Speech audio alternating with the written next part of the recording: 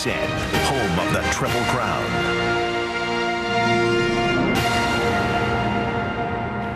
Since 1875, America's premier horse race has been contested here. Churchill Downs in Louisville, Kentucky. The California Kid is the horse to beat. California Chrome, the 5-2 morning line favorite. Trained by Art Sherman at 77, trying to become the oldest trainer in history to win the Run for the Roses. At 51 years old, Gary Stevens will try for his 4th Derby victory and first in 14 years. And Rosie Napravnik trying to win her first Derby. If successful, should become the first female jockey to do so in the history of this storied event. Regarded as the most exciting 2 minutes in all of sports, this is the 140th running of the Kentucky Derby. Churchill Downs on a picture-perfect spring afternoon in Louisville. More than 150,000 expected to attend this time-honored tradition. Current odds for Kentucky Derby 140, only 3 horses are single digits. The morning line favorite, California Chrome, number 5, is currently 2-1. Solid support for Danza, number 4, 9-1. The second choice all the way at the bottom, Wicked Strong, 7-1 for the Wood Memorial.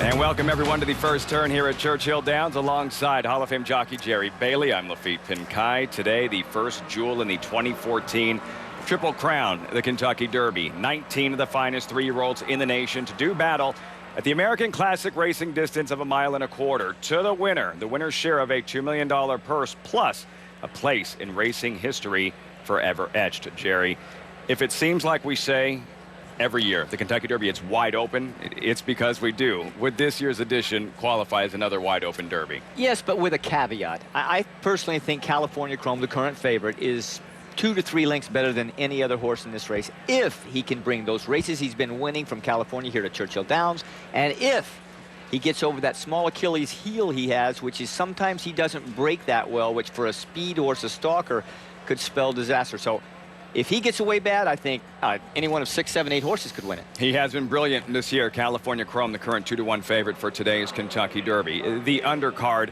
is stellar. Settle in. We'll be here all afternoon. 4 hours of undercard here on NBC SN. 4 graded stakes races included the Grade 1 Humana Distaff. Older mares, $300,000 is the purse. That is a Grade 1 event. And don't forget, a little bit later on this afternoon, you'll see Wise Dan in the Woodford Turf Classic. He is the reigning horse of the year. That race to be seen on NBC. Right on top of post time for race number 4, Jerry. Fillies and mares, 3 and up, on grass, going 1 16 miles. There are the current odds, and down towards the bottom, you have a heavy favorite in the form of Kiriaki. 3-2, trained by Peter Urton. Urton, who will saddle Derby hopeful, Dance with Fate, winner of the Bluegrass Stakes later on this afternoon. And as you can see, a picture-perfect afternoon. Temperature in the 70s. Unlike last year, we saw the Jot Doppler. We saw a lot of green stuff, some orange. We had a wet racetrack. It was sloppy at the time of the Kentucky Derby. No such issue on this afternoon. Nothing but clear skies in front of us and a fast main track. Turf course listed as firm for today's races. Getting back to Kiriaki, there she is. Why is she such a heavy 3-2 favorite here, Jerry? Well, because she's a little bit more experienced against better fillies. Last year at Hollywood Park, she ran 3rd, only beating a length in a graded stake, the Senorita Stakes. She's fairly tactical. She can sit, 3rd, 4th, 5th in the race and move when she wants. But I think the reason that she is such a heavy favorite is because of her back class. Then you have Camelosa and Julien Leperoux in the saddle. She lost her first 4 races, though impressive in her last start where she broke her maiden by daylight at Ellis Park. Yeah, but it's been about almost a year since she's run. It's been a long time. She's also, very tactical early, but she's going to have to get a little bit of racing luck. Post time, race 4. Larry Coleman standing by with the live call. They're off. Night Song and Kimiosa, these two out for the front together, and right on their outside it's First Romance with early speed. These three out for the lead just ahead of Fairy Queen, and then Finishing Touch. Kiriaki is on the far outside and now moving up toward the leaders, but racing 3 lengths behind in the early stages. Then Abundantly Clear, Sultry Warrior to the outside, Flashy Gal and Magical Steps in a 23-4 opening quarter mile for Kimiosa, who leads the way early on here, a half length on top of Night Song as the field runs onto the back stretch. Break of 3 back to First Romance, who's in third. Then comes Kiriaki fourth to the outside. They're followed by Fairy Queen, who's riding the hedge and racing 4 lengths off the lead, beginning to gain a bit of ground up the back stretch. In behind them, Abundantly Clear. Break of another 2 back to Finishing Touch. And now they've run by a 47.5 mile, and they're racing for the far turn, where it's Kimiosa and Julian Leparoux still dictating terms here by a length and a half over First Romance, moving into the far turn. On the inside is Fairy Queen. Kiriaki's out there 3 wide in fourth, within 2.5 of the lead.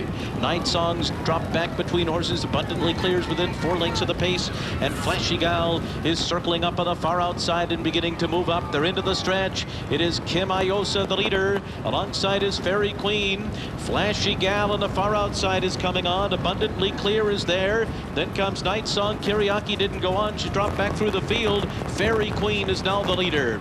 Fairy Queen and Corey Lannery coming home in front, with Flashy Gal second best on the outside to Fairy Queen. Fairy Queen by a length on the wire to Flashy Gal. Abundantly Clear was third, and then Night Song fourth. Fairy Queen, Corey Lannery, perhaps a sign of things to come. A long shot here. Lannery will pilot long shot Harry's Holiday later on in the Derby. Yeah, nice cool ride by Corey. Just coming off a good Keeneland meet. He was at Gulfstream Park this winter, had a solid meet down there. Nothing spectacular. Waited to the speed in front of him, died off a little bit. The favorite, Kiriaki, had a pretty wide trip. She was getting out a little bit, turning for home, even going wider than what she needed to, and pretty flat by the time she straightened out for the stretch. Fairy Queen 8-1 at post time. Rick Hiles, the winning trainer, really disappointing in her last start, Jerry, and it goes to show how much difference a surface can make. That was on dirt at Oaklawn. Look at how much she was better today on grass. Yeah, she wintered at Oaklawn Park. They don't have a turf course there, so she was forced to run on the dirt. But, you know, listen, turf racing is about patience and saving ground. Never more than 2 wide at any point in the race. Corey bided his time until the speed kind of dropped off in front of him, and she just kicked on from the middle of the stretch home. We always discuss momentum, especially for the riders. How important is this for Corey Lannery? And he's riding a long shot in Harry's Holiday. Not much expected from him this afternoon, but what does it mean to him to get a win early on in the program? Well, look, on a day like today, the owners from all over the country, trainers from all over the country, not just here, are watching these races, watching these shows. And if you can win races, you know, it just shows to the entire country, you know, that you belong here that day, and second of all, that you're successful. In terms of what it's going to do for him later, you know, on Harry's Holiday, it's about 100-1. I don't know if this is going to help him, but it certainly gets him in a rhythm. Win is a win for Lannery and Fairy Queen 8-1 in post time, as we are just getting started with our coverage on Derby Day from a packed Churchill Downs. You're going to meet 77-year-old Art Sherman, trainer of the favorite, California Chrome. Here comes this mom and pop horse saying, come on, I'll run against your $1 million horses and kick your butt. Jockey Rosie Napravnik, trying to become the first female to win the Kentucky Derby. It takes so much to get there. So many things can go wrong that it's just do the best you can and try to win the Derby. 51-year-old jockey Gary Stevens. This is my retirement, believe it or not. I busted my rear to come back, and the carrot that's dangled in front of me is to capitalize on these good horses. And you'll meet a horse, Wicked Strong, with strong ties to Boston. You wanted something strong. For us, Wicked is just that, to be wicked strong and wicked fast and wicked awesome. That's what he needed to be. Stories abound at the 140th Kentucky Derby. When François Thibault said he was going to make vodka in cognac with spring water and the best French wheat, everyone here said, no. No. But little by little, the wild Customers earn a $120 bonus. Race 4 in the books. Corey Lannery, the winning pilot. Again, he'll ride Harry's Holiday in this afternoon's Kentucky Derby. If you backed Fairy Queen, $19.20 for your would-be $2 investment. Congratulations to winning owner George Kerr. Rick Hiles, the winning trainer. Fairy Queen, Kentucky-bred daughter of Pure Prize, now 2 for a lifetime and her first victory on this Churchill Downs turf course. Race 5 in about 26 minutes.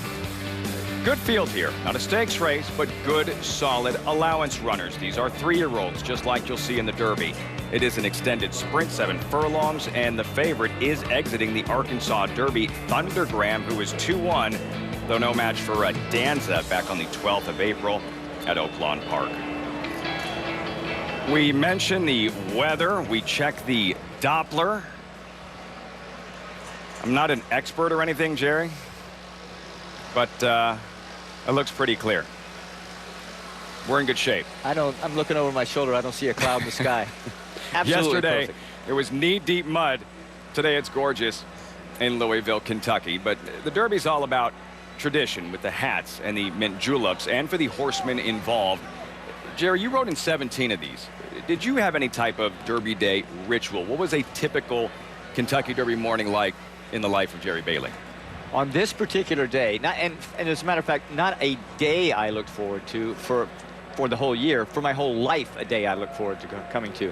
But I would always get here early. I was a before 7 a.m. guy, 6:45 to 6:48, because at 7 a.m. the police put up the barricades, and it's much more difficult to get in this place, and as hard as it is. But I'd come in and I'd have my coffee. You know, I'd read my racing form. I'd go in the sweat box. I'd shave. I'd do all those things to get ready for the day. But I would do those things here instead of back at a hotel room, because I like to be in my little world. The jockey's room for a rider is his own safe haven, free from any distractions. So I would get here very, very early, do all my stuff, and then kind of get in the rhythm of the day. Whatever you did in 93 and 96, it worked. Sea Hero, Grindstone, the 2 Kentucky Derby wins for Hall of Fame jockey Jerry Bailey, as we take you inside the starting gate for today's Kentucky Derby, starting off with Rosie Napravnik and Vickers in Trouble, drawn inside Louisiana Derby winner Harry's Holiday. We just saw Corey Lannery win here on the grass. Uncle Si, one of the Ortiz brothers, riding. Much more on them later on. And the Arkansas Derby winner Danza, currently 9-1, third choice in the wagering. 5 through 8 is the favorite. California Chrome currently 2-1. Sam Rott, runner-up in the Wood Memorial. We Miss Artie, 1 of 4 for trainer Todd Pletcher. General A-Rod, Joel Rosario looking for back-to-back wins in the Kentucky Derby. Horses 9 through 12. Vince Aramos, 4 syllables it's pronounced. Wildcat Red, he will be part of the pace. Big Scratch, Opportunity, runner-up in the Santa Anita Derby, is out. Dance with Fate, 14-1 on the winner of the Bluegrass Stakes. 13 through 16, Cheat 2, the only horse now trained by Bob Baffert. Medal count for Dale Romans, runner-up in the Bluegrass. Tapiture would be a big surprise at 38-1. Intense Holiday, John Velasquez seeking his second win in the run for the Roses. 17 through 20, Commanding Curve for the West Point Thoroughbreds. Candy Boy, Gary Stevens, a Hall of Famer, seeking his 4th win in a Derby. Ride on Curlin, Calvin Burrell, looking for a 4th win in the run for the Roses. And Wicked Strong for the Centennial Farm, second choice, 7-1, drawn towards the outside. Big stories heading into this 140th Kentucky Derby, Jerry. If it's a rags to riches story you're looking for, look no farther than the favorite in California Chrome. Yeah, I particularly like the story myself. I mean, not from expensive breeding, modest mare. I think the mare cost $8,000. This horse has been on a roll, blue-collar type horse. He's California's pride, on a terrific win streak, 4 in a row here. So, you know, he deserves the billing he gets, but he's from like grassroots blue-collar connections. Nothing about him says Derby except the fact that he can run real fast. And then you have Wicked Strong. Why is it that every Patriot, every Celtic, every Boston Screaming Eagle fan, everyone in that Sox nation, why are they going to be pulling for Wicked Strong? The owner, Syndicate Centennial Farms, tried to name this horse Boston Strong in tribute to the Boston bombing last year. The name was taken, so they named him Wicked Strong. Wicked anything up in the New England area is a very catchphrase. So he has embraced that name. He has been strong since he went to New York and won the Wood Memorial. He's a clear second choice in the race. And not only New Yorkers because of the Wood Memorial, but all of New England might be rooting for this guy. You know, a few years ago we saw Calvin Burrell sweep the Oaks and the Derby. It's rarely done. Rosie Napravnik is going to try and do just that following her win yesterday in the Oaks with Untappable. Untappable was clearly the favorite, at least on paper. She deserved it. She's going to have a little bit different story here at Vickers in Trouble. Not clearly the dominant factor that the filly was in the Oaks yesterday. Her post position's not really great, but Rosie's a great rider. She just comes off her 4th year in a row of being leading rider at the fairgrounds. She's currently the leading jockey, not leading female jockey, leading jockey here at Churchill Downs. So maybe she can help, but she's still got her work cut out for her in the Derby. And Gary Stevens, we watched him win the Preakness last year after being on the sidelines for 7 years. He won his first Breeders' Cup Classic with Mucho. Macho Man today, he'll ride Candy Boy, currently 17-1. Continues his Cinderella story of a comeback. He's riding just as good this year as he did last year in his first year of his comeback. He's like Candy Boy all along. After he won the race in December at Hollywood Park, the cash call, he got off this horse. He said, this is my #1 draft choice. This is the horse I like best. I believe it was the race at Santa Anita, but he's liked this horse all along, and he's had other mounts along the way. A nice horse called Bayern he rode. He's had good choices, but he's stuck with Candy Boy because he believes in him.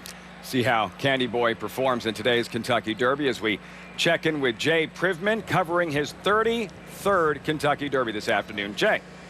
Lafitte, some big news to update. Let's start with Rosie Napravnik. We talked about her winning the Kentucky Oaks yesterday. It was her 2nd Oaks victory in the last 3 years, and she has a chance to do something that's been very rare over the years, win both the Derby and the Oaks on the same weekend. Calvin Burrell, you'll remember, did it with Mind That Bird and Rachel Alexandra just a few years ago. Untappable's win yesterday was sensational, a most impressive win.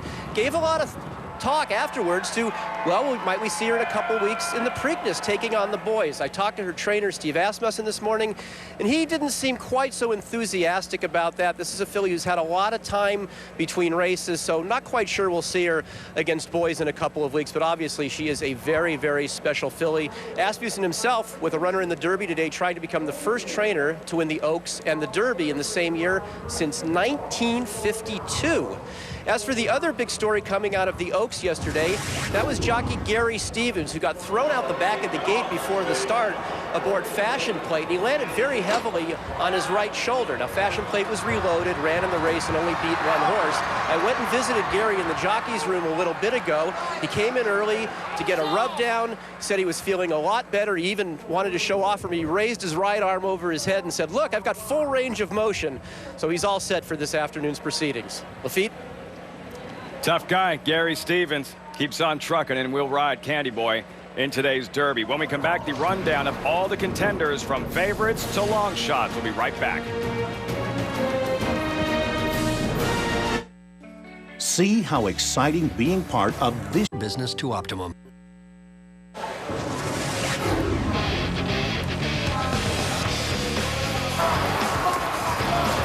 Strike the gold.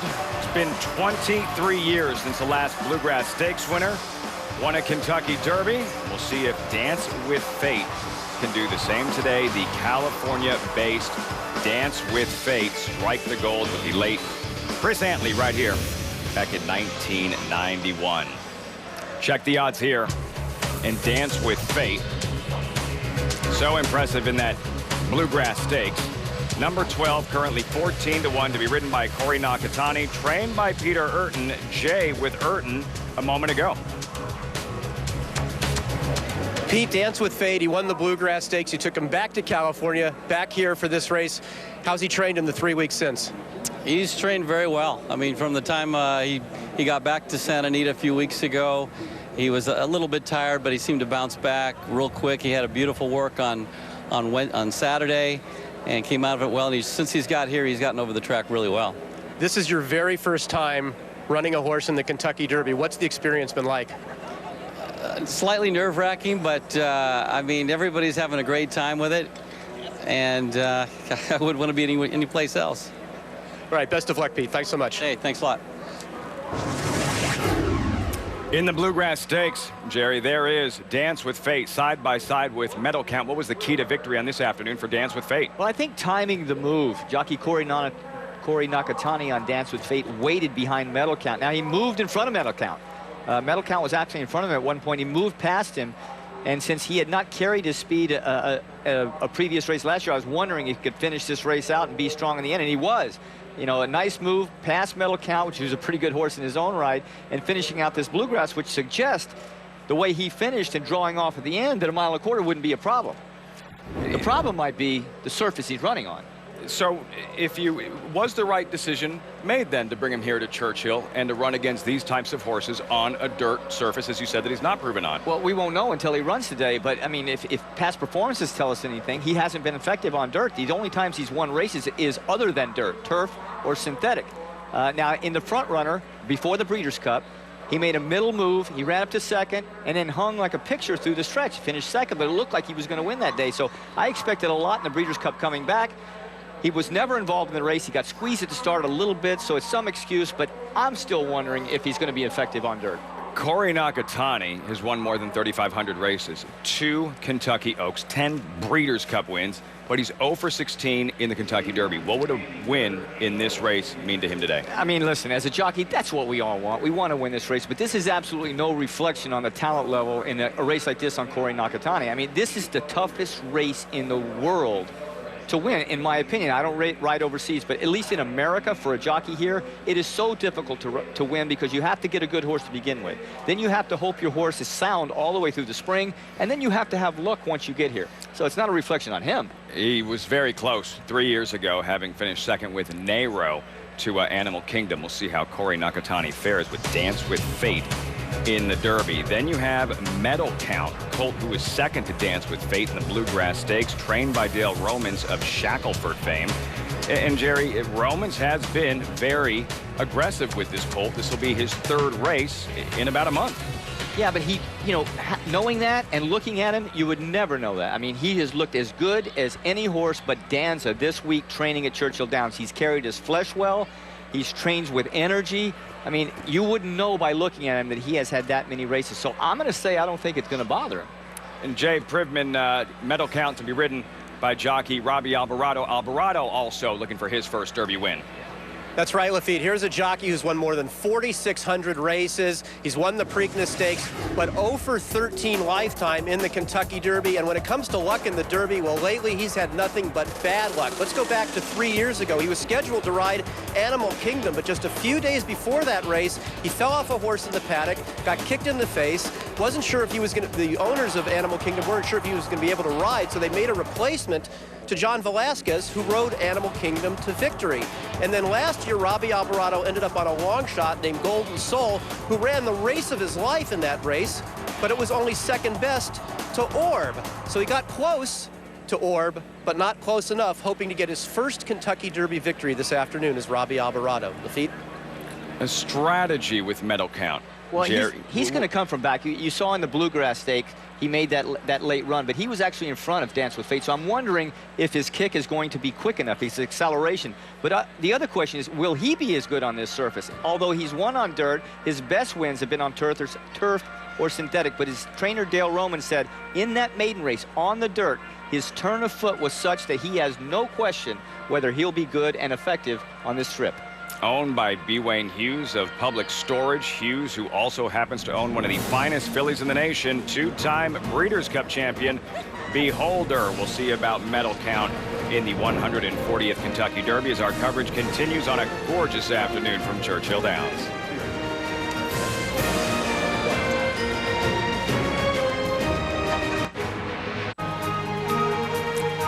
Bet the Kentucky Derby from home at the official online wagering site for the Kentucky Derby, twinspires.com. It's easy to sign up. Fund your account and bet the Derby at twinspires.com. Back to the field for the Kentucky Derby. Number 8, General A-Rod, not named after the ball player, named after his former owner, Armando Rodriguez.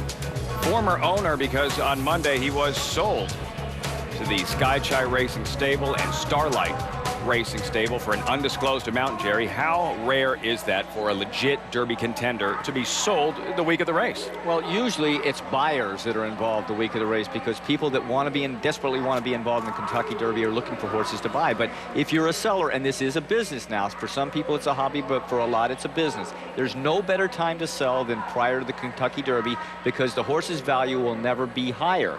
unless he wins it, of course. But this horse is a little suspect at the distance anyway, so I can see it.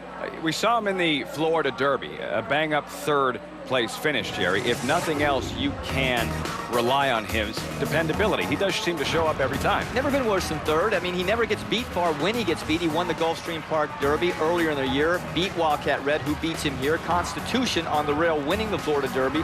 Would have been in the top 5 choices here. So he's a solid horse. The question is that extra 1/8 of a mile that he's going to be facing today, will it be his friend or his enemy?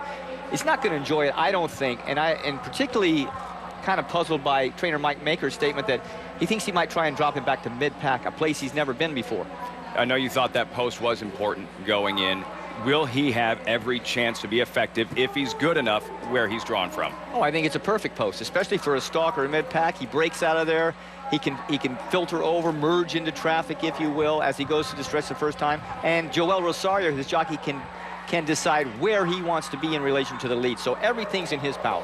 All right, so we'll see about General A-Rod. Joel Rosario looking to become the first jockey since Calvin Burrell just a few years ago to go back-to-back in the Kentucky Derby. Rosario piloting Orb to victory in the 139th run for the Roses. We'll be right back.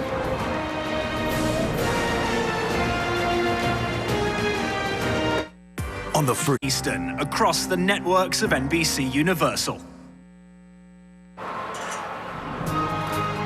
Aerial coverage provided by Goodyear, the odds-on favorite for superior performance. Goodyear, more driven. Welcome back to Churchill Downs on the heels of the 3rd largest attended Kentucky Oaks. Anticipated today over 150,000 as you look at the Twin Spires here at Churchill Downs. 2 minutes out, race number 5. They're on the dirt. These are 3-year-olds. 7 furlongs in extended sprint. The purse $65,000, and maybe not as wide open as the Derby, but a wide open wagering affair. The favorite is only 7-2. Number 7, Thundergram. He's the colt exiting the Arkansas Derby. No match for Danza that day. No worries. He should be able to handle this company theoretically going in. Yeah, well, he's backing back down, you know, from 1 1/8 to 7/8, which I always like. You know, he's coming out of a really tough race. You know, it doesn't get any tougher this time of year for 3-year-olds than one of these prep races. And he broke his maiden 2 races back. And it's very hard, in my opinion, for a horse to break his maiden and then step right up and win the next level and then go on from there. But when he did that next level, it was a second, only beaten ahead. So he's got more experience than any horse in the race, any of these horses in the race. He's got tactical speed. He's got a good post, and he's been facing better horses. 10 years since Marty Jones, and you saw Stuart Elliott riding Thundergram this afternoon. There's a look at Twang, second in his last start, in the money in 3 of 4. Highly regarded as a young prospect. Yeah, he broke his maiden at Saratoga, and it's always difficult to break your maiden at Saratoga because that's where all the quality horses go that time of year. And then he came back in the Saratoga Special. Now, he ran last. He didn't run a good race at all, but if you'll look at the byline, the horse that was 3rd in that race was called Danza. Danza's in the Kentucky Derby, so he again has been running with pretty good company himself. Strength of schedule for Twang. There's Sultry Cat and Robbie Alvarado drawn towards the outside. He's only had the 1 start. He made the most of it, breaking his maiden by 4+ on the 12th of April at Keeneland. Yeah, on the synthetic, so there's a question of whether he's a dirt horse, synthetic horse. You don't know because he's only run the 1 race. But he's had some pretty good workouts here at Churchill Downs. So my feeling is he does like the track. Kenny McPeak, I've ridden for him many, many times in my career. He doesn't do things on just a whim, so I think he has a feeling this horse will handle the dirt. Plus, he's got a great post for a horse that came off synthetic to dirt outside, won't have to take a lot of stuff in his face. He will, however, be coming from fairly far back. A long shot. There's number 4, St. Finian. Does he have the potential to light up the tote board at 46-1? Well, he will. He has had a little experience after breaking his maiden. He ran a pretty credible race after being a little bit wide at the fairgrounds, but coming off 2 turf races. Interesting angle, turf back to dirt.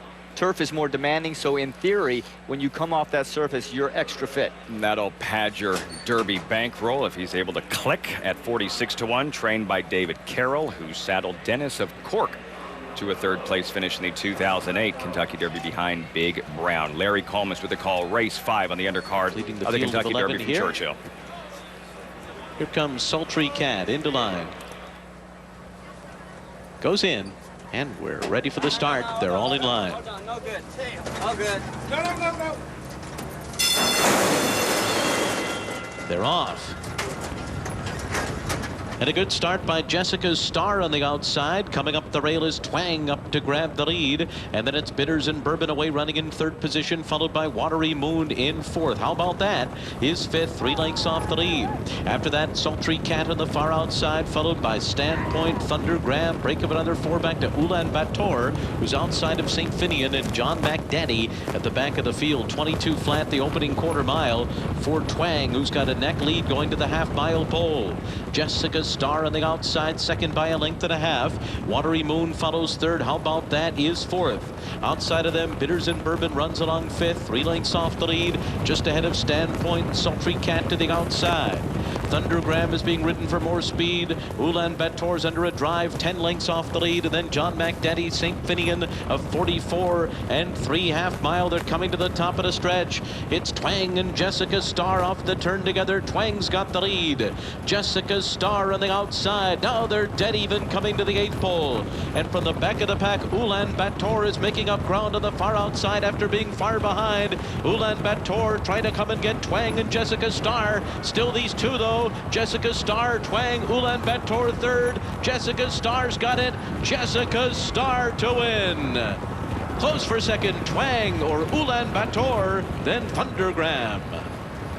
Exciting horse race. Jessica Starr lengthening his stride with Jimmy Graham finally emerging victorious in this fifth at Churchill. Well, I talked about the turf to dirt angle on number 4, St. Finian. Well, it's the same thing with Jessica Starr. Last race was on the grass at Keeneland. Solid second place finish, turning back in both distance and surface from turf to dirt. Always prominent under Jimmy Graham, who actually, I'm going to give him credit, he fell earlier in the day, and now he's back up. Tough little fella. And, you know, very well ridden. It seems like, as you see, Twang on the inside, Jessica Starr on the outside of your picture, both fighting it out. 4 out of the 5 races today have been dirt.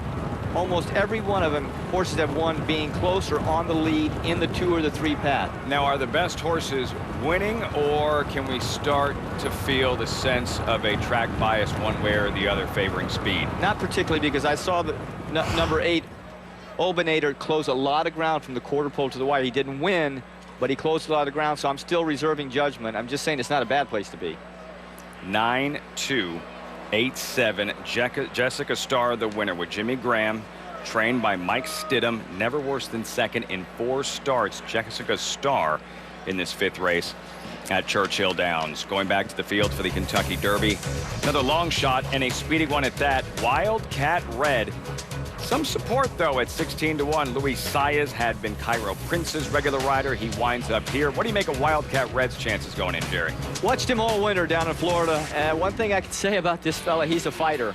He's a very speedy type horse. We can see him here in the Fountain of Youth stake holding off General A-Rod.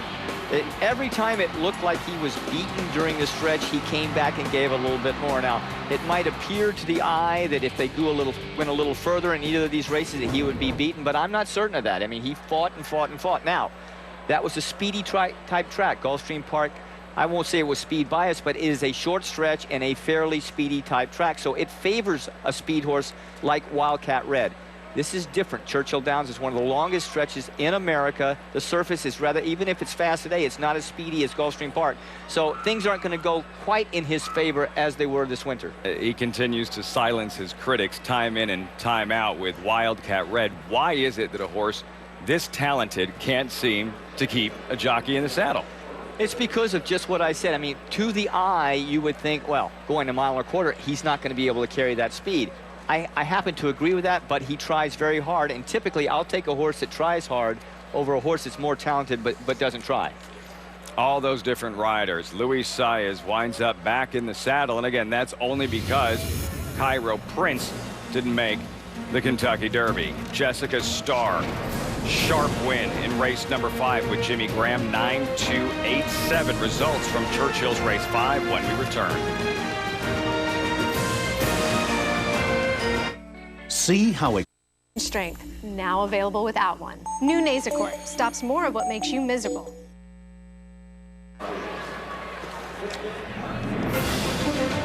Massive brand new video board here at Churchill Downs. It's 4K and the largest 4K video board in the world, 171 feet wide, 90 feet tall, providing crystal clear racing content to be seen by all here at Churchill Downs. Everyone at the track just saw Jessica Starr score in race number 5. Jessica Starr, 2 wins, 2 second-place finishes in 4 starts, and a sharp performance, putting away a very stubborn Twang 9.28. Final time of the race, 1:22 and 72/100ths. Now the racing gets real serious. Stakes racing, Grade 2 Distaff Turf Mile Stakes with a $300,000 purse. Fillies and mares 4 and up. There's the field in current odds. The favorite down towards the bottom is Center Court, 2-1 with Julian Leperoux. Victory today, and she would become racing's newest millionaire.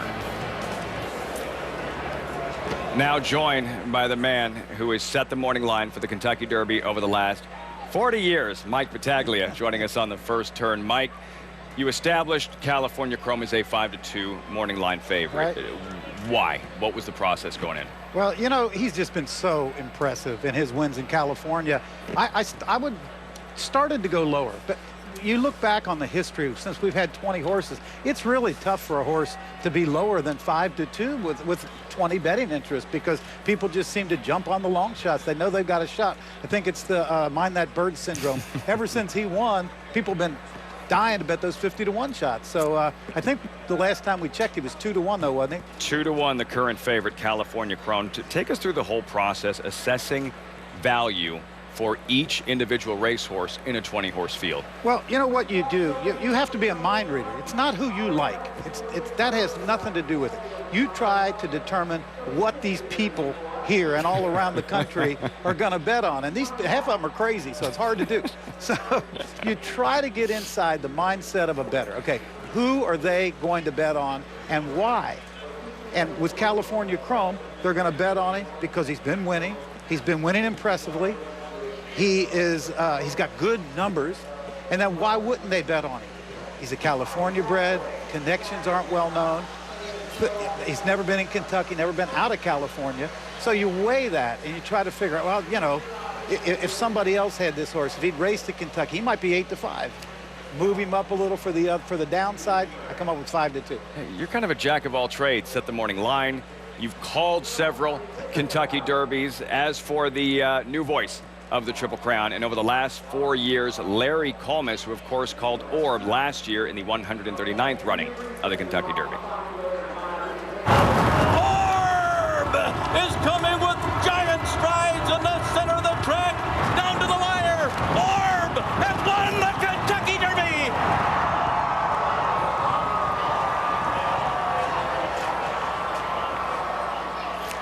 Now joined by Larry Colmus, the voice of the Triple Crown. Larry says, so how positive were you that was Orb cruising down the center of the track? I told people right after the race about 80% positive it was Orb. There was a whole lot of mud involved on the front of his silks, but, you know, luckily it was him, so it worked out pretty well. Calling today's race, will your eyes be focused on anyone specific right from the start? Yeah, for sure. California Chrome. I mean, he's going to be the favorite in the race, and he's had a couple of issues in the past, whether he breaks well or not, so I do want to be watching that. So my eyes will be peeled on stall 5 as soon as they come out of the gate, and then they sort of widen to all 20, or in this case 19 this year at the Derby. The great voices of this sport that have called this event over the years, Larry, can you describe the sense of pride in calling a Kentucky Derby? Well, it really is a lot of fun, for one. It's a little bit of nerve-wracking experience, but yeah, there is a lot of pride to be the guy that gets to call this race for both now the track here at Churchill Downs and also on NBC. It is a terrific thing. Not too many of us have been able to do it, and I'm really happy to be able to be that guy to call the Kentucky Derby in just a few hours. Do you say break a leg to a track announcer? I'm not sure. I'll tell you what, the first year I wouldn't have said that because my legs were shaking too hard. It might have been easy to break one of them. Godspeed and good luck. Have a great call, Larry. Thanks, Good luck, Larry. Thanks, Mike. As for Mike Battaglia, you called a very special Kentucky Derby for my family specifically. The 30-year anniversary of my father's only Kentucky Derby win. That was Swale back in 1984. Yep. Gaining ground on the outside. Here comes at the threshold. They're into the stretch. It's Swale in front by 2. In the center of the track, fight over. On the outside, it's at the threshold. Coax Me Chad now takes 4th. Then it's Life's Magic on the extreme outside. Gate Dancer with Valley Time. They're nearing the finish. It's all Swale. He's there by 4 lengths. On the outside, Coax Me Chad second. At the wire, it's Swale winning the Derby. Gets it by 3 lengths. 30 years since Swale back in 1984. And what a race he ran to, and what a race your father rode. It was just, that was a special Derby. That's certainly the highlight of his career, getting that one Derby win here 3 decades ago. When we come back, a look at more of the contenders as our coverage of the undercard continues from Churchill Downs. So when we asked the guys at Composite Horizons to map their manufacturing process with sticky notes and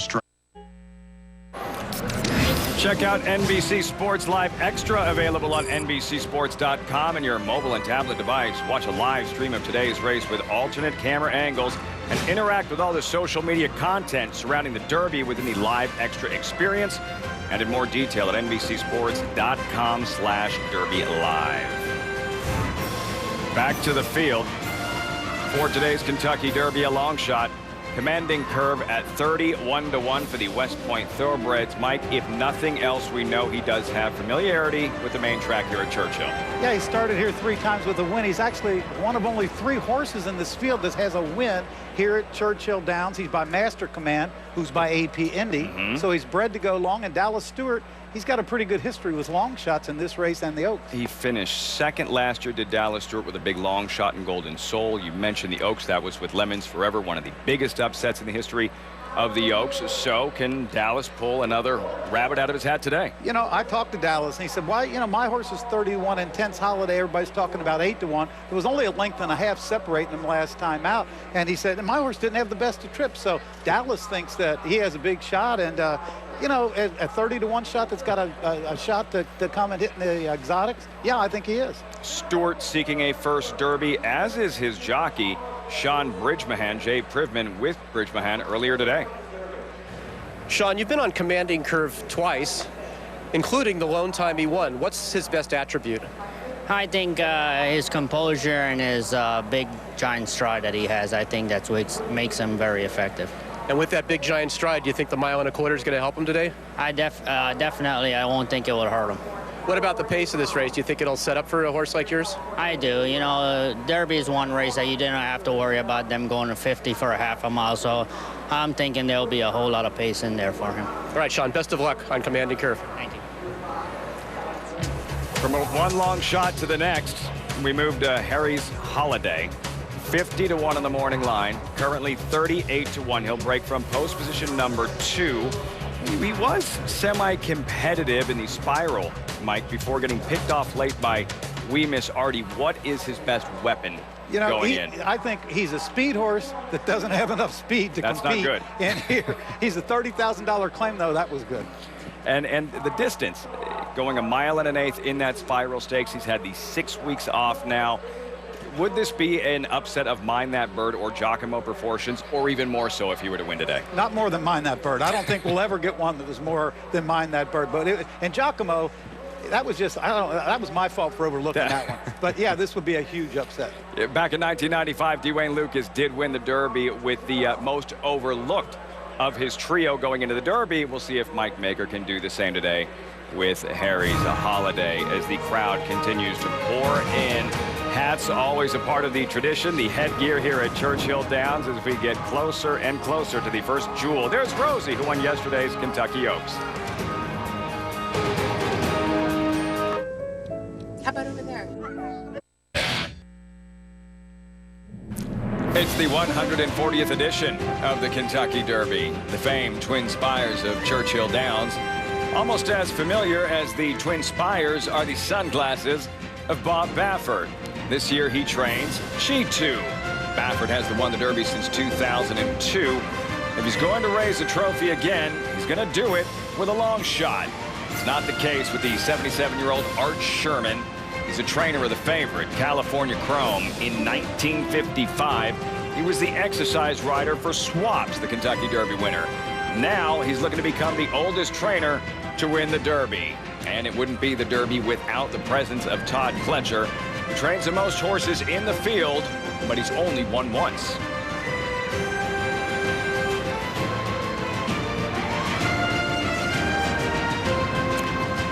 Welcome back to Churchill Downs. So many terrific stories leading up to the first jewel in this year's Triple Crown, the Kentucky Derby. We go back to the field in Uncle Si, number 3, currently 27-1. He's not the flashiest horse, Mike, but he is a fighter, as displayed in the Gotham Stakes while finishing second to Samrot. Yeah, you know, he really ran well in the Gotham. You see him here fighting it out.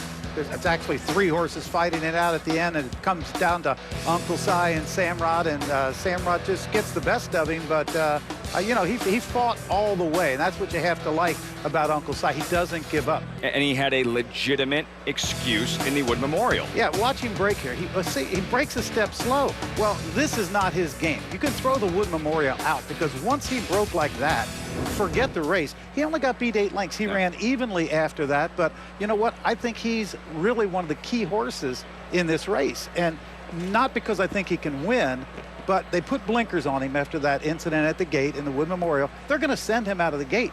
He's right inside of California Chrome. You got Danza between him, but they're going to send him to the front. He'll go a long way on the front end. We saw him at 1 1/8. He was not giving anything up. He's actually bred to go 1 1/4. I don't think he'll stay the 1 1/4, but I think if California Chrome tries to run with him, I think he's going to be in some trouble, because Uncle Si can be a bulldog on the front end, and he's going to at least stay with him till the top of the stretch or longer. Potential thorn in the side of the favorite California Chrome could be Uncle Si. Jay Pribben, you have 19 jockeys in the Kentucky Derby field. 2 of them are brothers. It's really an amazing story, isn't it, Lafitte? Irad Ortiz, who rides Uncle Si, he's 21 years old. He's the big brother of jockey Jose Ortiz, who rides Samrat. This is only the 5th time in Derby history that brothers have ridden in this race. The last time was 30 years ago. These brothers are very, very close, not only on the racetrack, but off. They share the same living quarters together. And their idol is John Velasquez, so they'll be riding against him today in the Kentucky Derby. Lafitte? All right, Jay, thanks so much. We'll see about Uncle Si and the brothers, the Ortizes, becoming the 5th brothers to ride in the Kentucky Derby.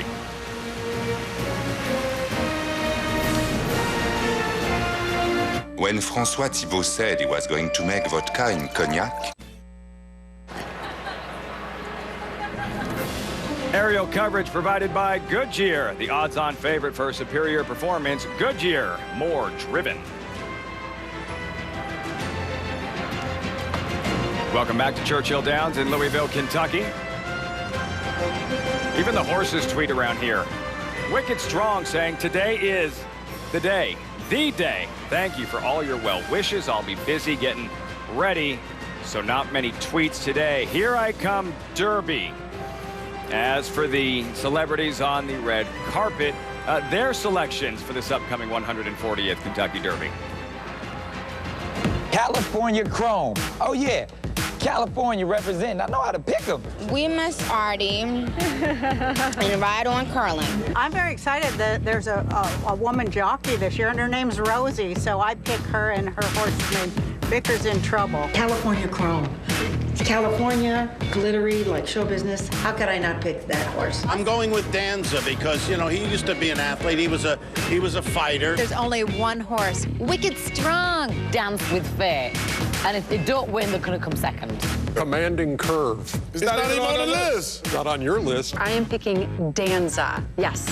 Huge Tony Danza fan. I love Who's the Boss. Oh my God, that was the best. I'm going on Intense Holiday. My pick for the Kentucky Derby is Wicked Strong. I've got my pick. It's Wicked Strong. I can't pass up rooting for the Boston favorite.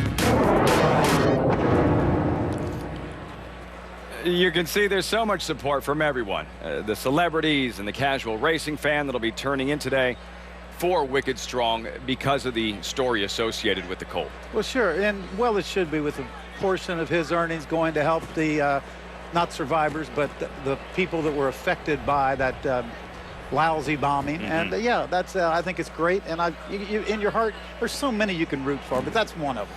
Originally named Moyne Spun, changed to Wicked Strong.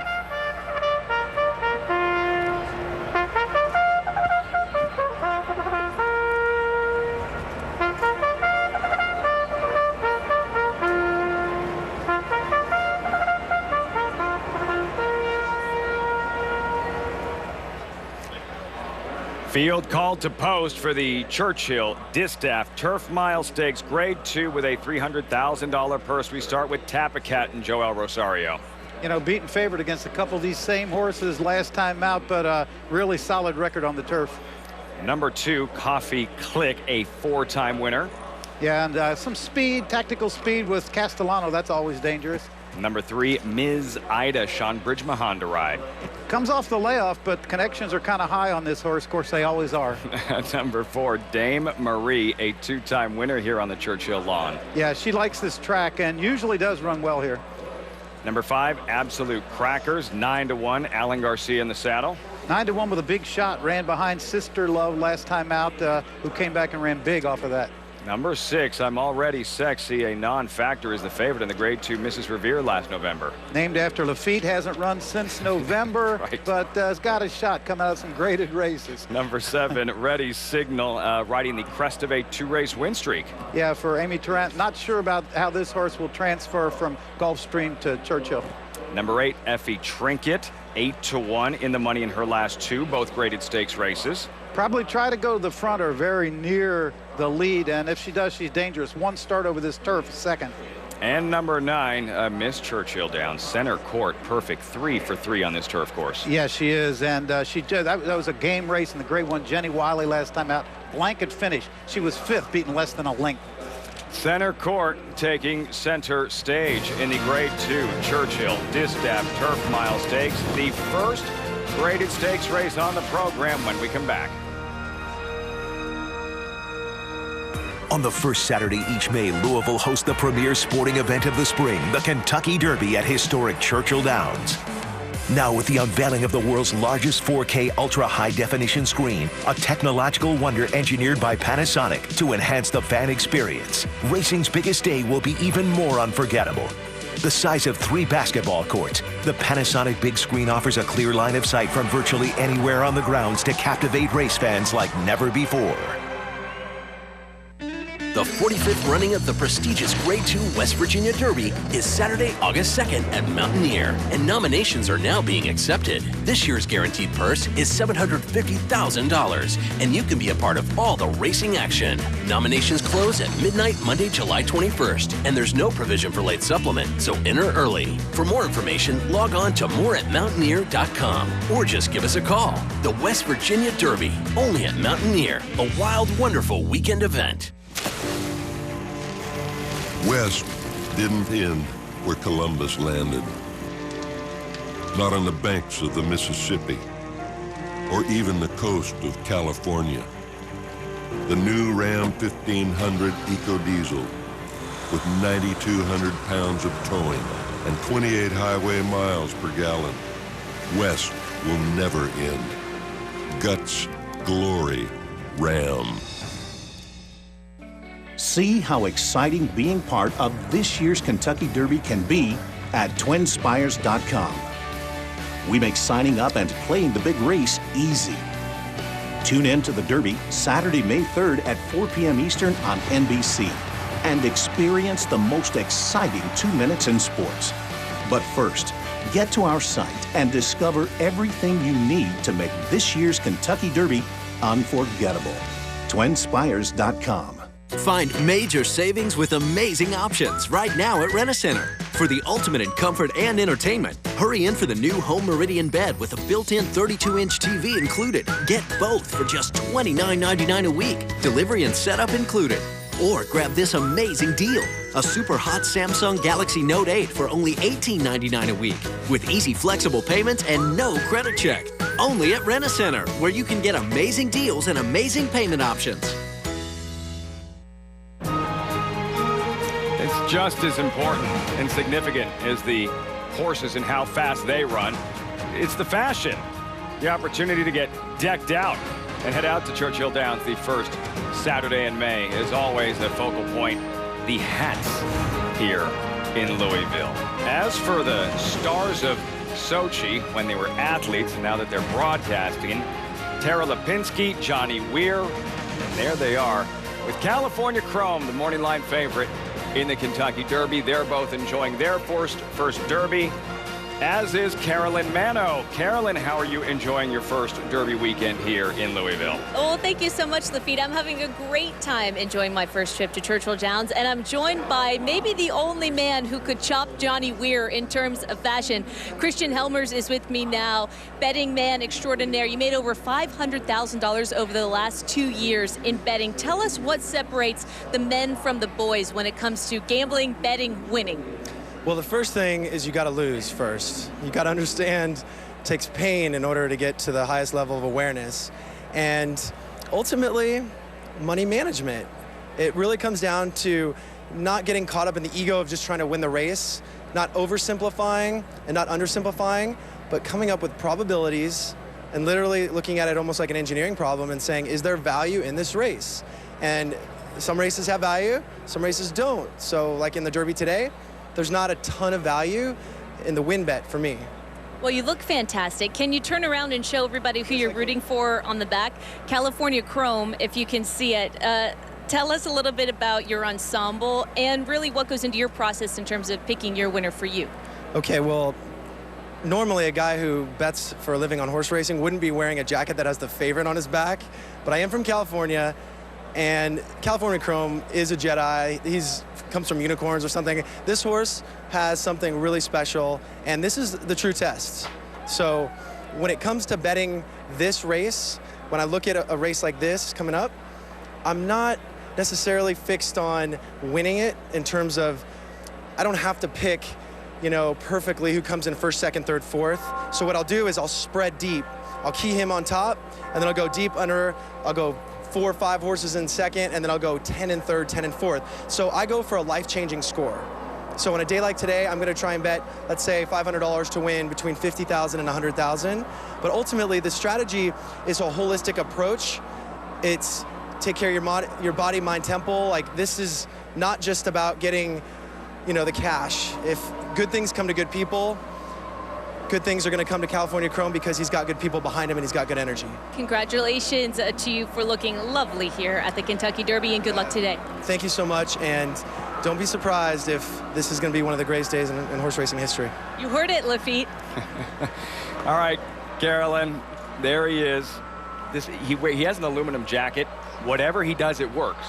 He is a terrific handicapper. He wins all these contests, and he loves California Chrome. I don't have an aluminum jacket, so I cannot compete. We can work on that.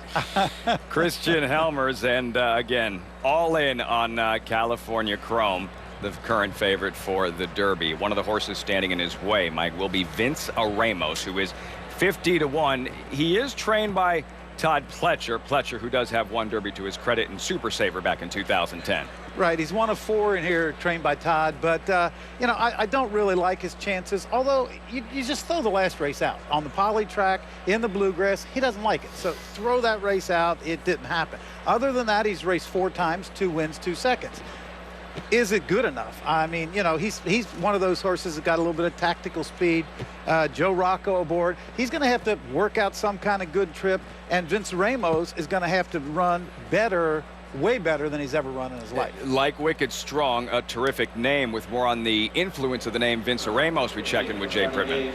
Lafitte, Vince Ramos is named for a therapeutic riding club in South Florida. It's for both adults and children, and one of the biggest fans of Vince Ramos is little 4-year-old Addison Tompkins. She's here with her mom, Amy, today. You'll find out more about her coming up on our NBC show later this afternoon, but a big fan here. Therapeutic riding is something that really does help people with physical and emotional handicaps, so a heartwarming story for Vince Ramos.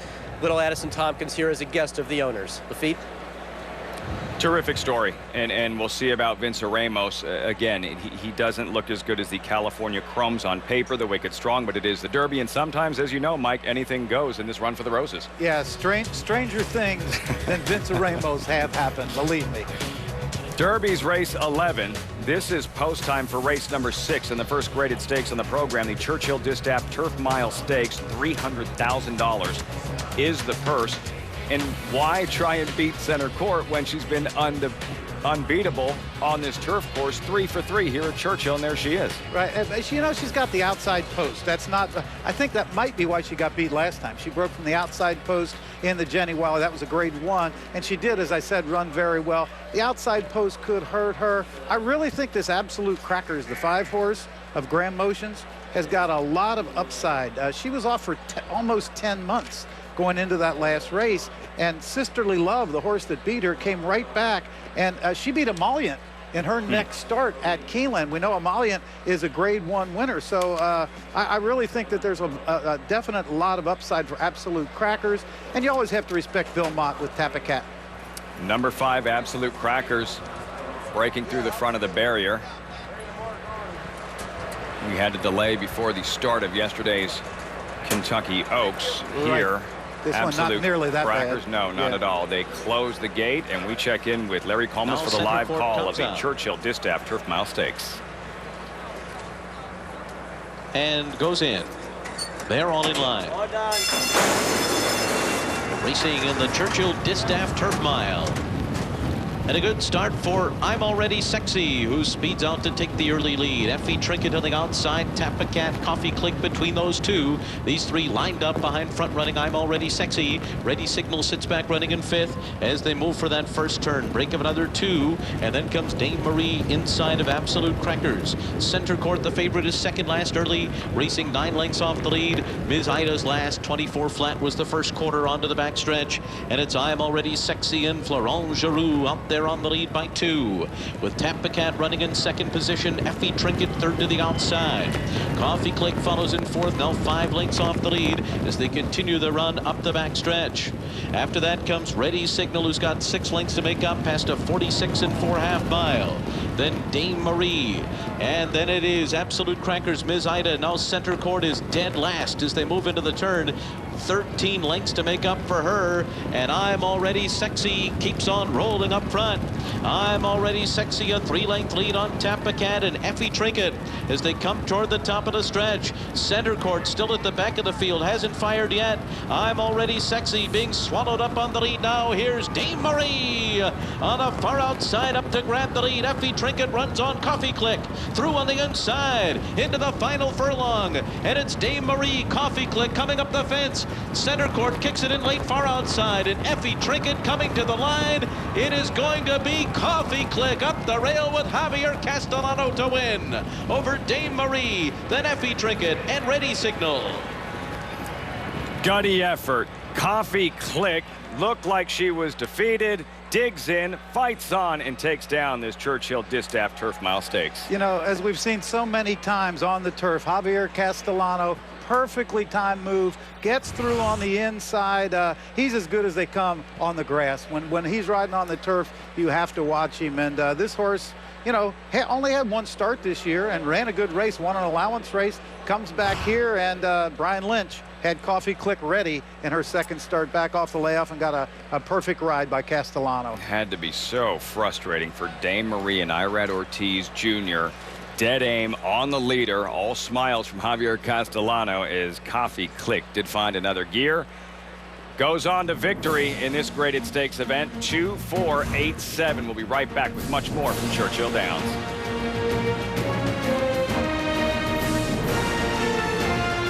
Your house.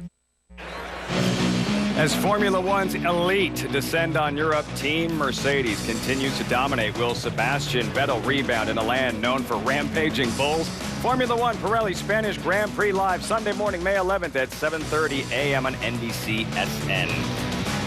One handicapper you have not heard from. He spends most of his time covering hockey. In his spare time, gives out trifectas that pay more than $6,900. The field for the Derby. 3, 16, 4, 8. How do you like those numbers, Doc? I will write those down. Orb, Golden Soul, Revolutionary, Eddie Olczyk, and then had this advice going in to the Preakness Stakes.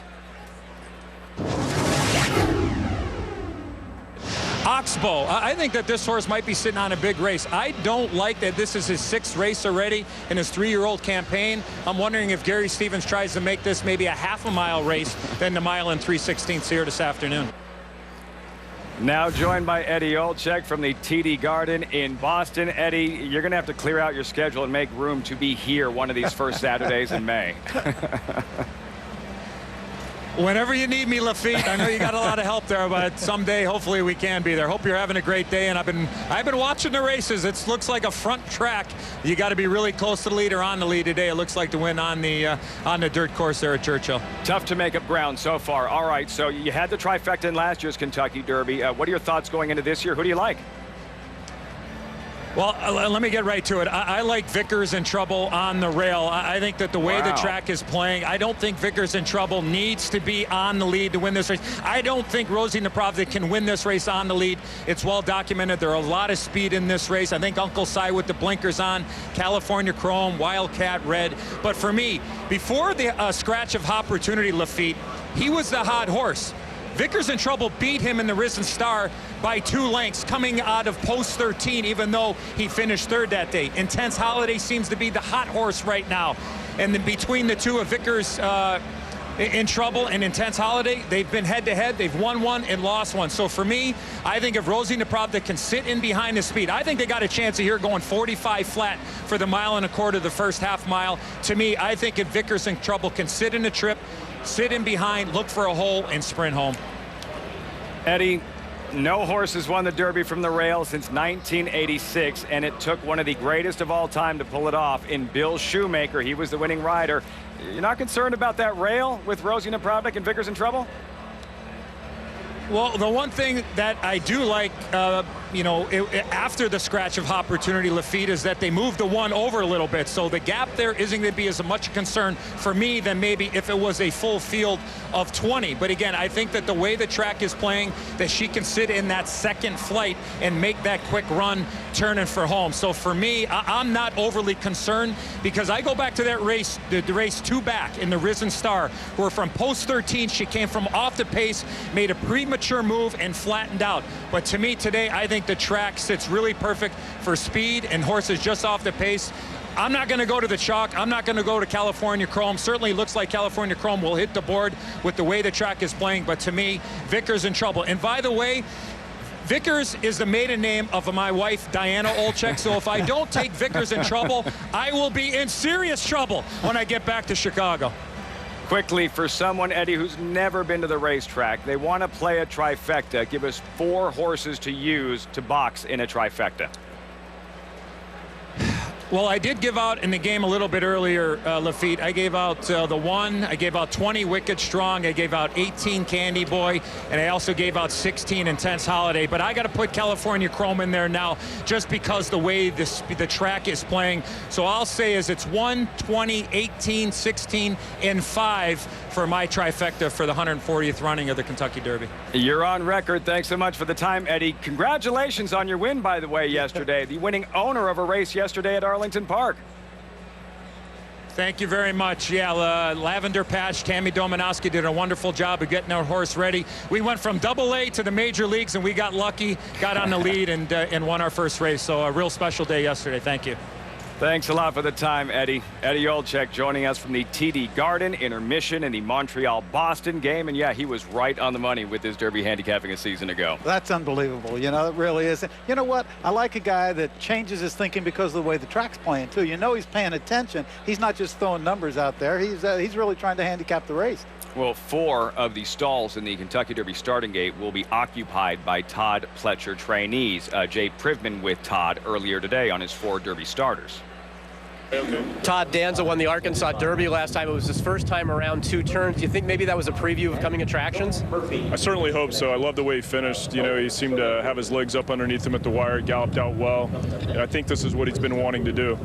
How's he trained in the 3 weeks from the Arkansas Derby into today's Kentucky Derby? He actually seems like he's improved. Seems to like the Churchill track. Love the way he's been galloping over. I thought he breezed really well. I mean, we're pretty excited the way he's coming into it. You feel like you've got a fresh horse, too, because he's only had a couple of runs this year? I think he's fresh. I think he's filling out. You know, he's kind of blossoming at the right time. So, you know, we'll see. Hopefully we get a good trip. But like I said, we're really pleased with the way he's coming into it. All right, best of luck this afternoon. Thank you. Todd Pletcher, we've grown accustomed to seeing him bring multiple horses to the Kentucky Derby. This year, no different, included the aforementioned Danza. 9-1, kind of a hype horse following his win in the Arkansas Derby. And for anyone who is a fan of either Taxi or Who's the Boss, Tony Danza will be on hand this afternoon. And what a story this will be if Danza can pull off this mild upset today, Mike. Yeah, I'm a Taxi guy myself. Yeah, agreed. Yeah. Agreed. I'll tell you what, though, this horse, you know, he's been really, really doing well. Where is he here in the Arkansas Derby? He did get a dream trip in the Arkansas Derby, just getting through on the inside and drawing off. I think he's going to have to get that kind of trip again. He's breaking from the 4-hole. Now, he's got speed with Uncle Si on the inside of him, California on the Chrome on the outside. Joe Bravo is really going to have to be able to sit back behind these horses without getting pinched in. You got 2 more speed horses on the inside. I just think the trip's going to be really, really tough. I think he's going to be in a tough spot on the inside and stuck behind some of that speed. That's the thing. If you try to duplicate that trip for the experience of the Arkansas Derby, it's very difficult for those kind of openings to materialize when you're dealing with 19 other horses, a much smaller field in the Arkansas Derby. And It's not like Calvin Barella's in the saddle, Joe Bravo's riding today. and that can be a big difference. But, you know, Joe Bravo, we know he's a good rider. But what I'm saying is that I think he's going to be in a tough spot going into the first turn. I think he's going to be in a tough spot coming out of the first turn. Things can always open up, but he's going to have to get a good trip, a good ride fight by Joe Bravo, I think. Danza, owned by the Eclipse Thoroughbred Partners, and Aaron Wellman of Eclipse standing by with Jay Pridman. Aaron, you have had Derby experience before. You were part of the team that won with Animal Kingdom. What's it like coming back and really trying to be involved with a second Derby winner in just a few years?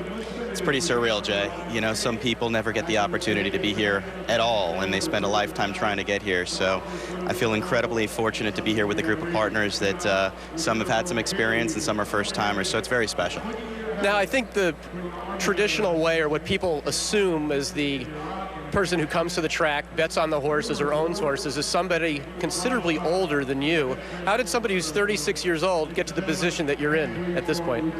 You know, again, I've just been very fortunate. I was brought up in a horse racing family. I was surrounded by horse racing royalty from the very get-go, and just sort of worked my way through the ranks, and I feel very, very blessed to be at this point in my career at such an early stage in my life. You talk about the racing royalty. I know your family was friends with Bill Shoemaker. You're still friends with Eddie Delahousse.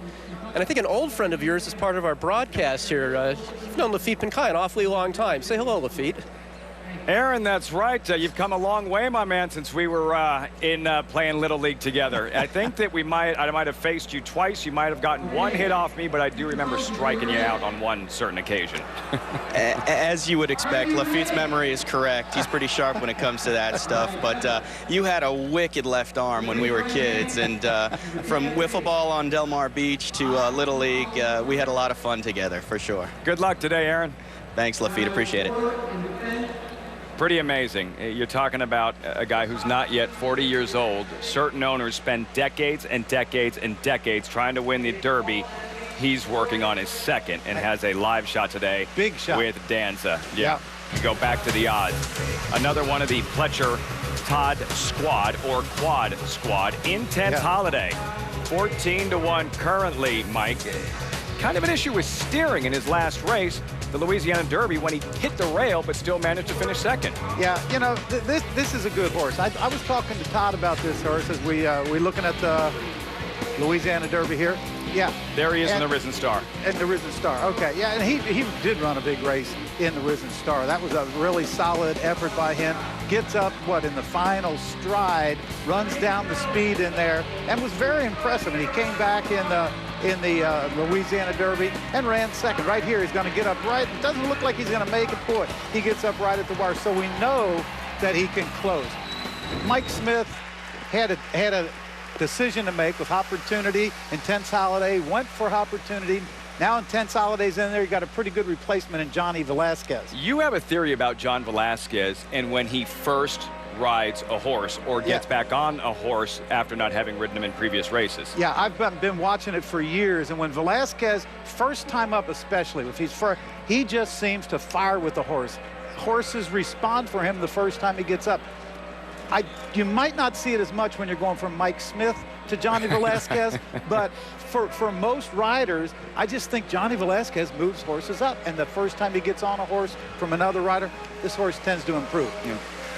This one here, I was talking to Pletcher, and he said a week ago, 10 days ago, whatever it was, he would have said Danza was the best. But after the work that Intense Holiday put in, he put these two right together. He said it's very, very tough to separate these two horses now. Todd Pletcher and John Velasquez have been the Batman and Robin of thoroughbred racing for years and years and years. They've won just about every major horse race under the sun together, but not the Derby. They've each won one Derby, but not together. What do you think that would mean for them as friends, colleagues, to win this race with Intense Holiday? You know, I think it would be huge. I think that, like you said, they've been together for so long. And Johnny Velasquez and Todd Pletcher, they've got a special relationship. He was always Todd's go-to guy. He got hurt. He's come back off of that injury. If he could come back and win the Derby for Pletcher off of that injury coming back, I think it would be huge for especially Johnny, but for both of them. And for Jack Wolf of Starlight Racing, owners of Intense Holiday. Keep in mind, it was Intense Holiday's sire, Harlan's Holiday, who was defeated, morning line favorite in the 2002 Kentucky Derby. All right, we'll see how Intense Holiday performs later on this afternoon. We do have the results in following the Churchill Distaff Turf Mile. Coffee Click, what a performance. 1380, looked defeated, dug in, found more, put away Dame Marie. Effie Trinket settling for third, 2-4-8 in the Churchill Distaff Turf Mile. Up next, the Grade 1 Humana Distaff. But first, back to the odds in the Pletcher horses. We miss Artie at 22-1. He hasn't run in 6 weeks, but neither had Animal Kingdom. Coming off of the same prep, We Miss Artie won the Spiral Stakes, going from a poly-track victory to 6 weeks off. Now here he is in the Derby, trying to be as effective, Mike, on dirt. Yeah, I mean, this is a nice horse, but he's no Animal Kingdom. I hear you. He really isn't. I really thought the Spiral was a weak race this year. I was shocked that he got up. He's third on the outsider. Doesn't look like he's got a shot of getting up to win. And when you watch him go across, it looks like he got beat.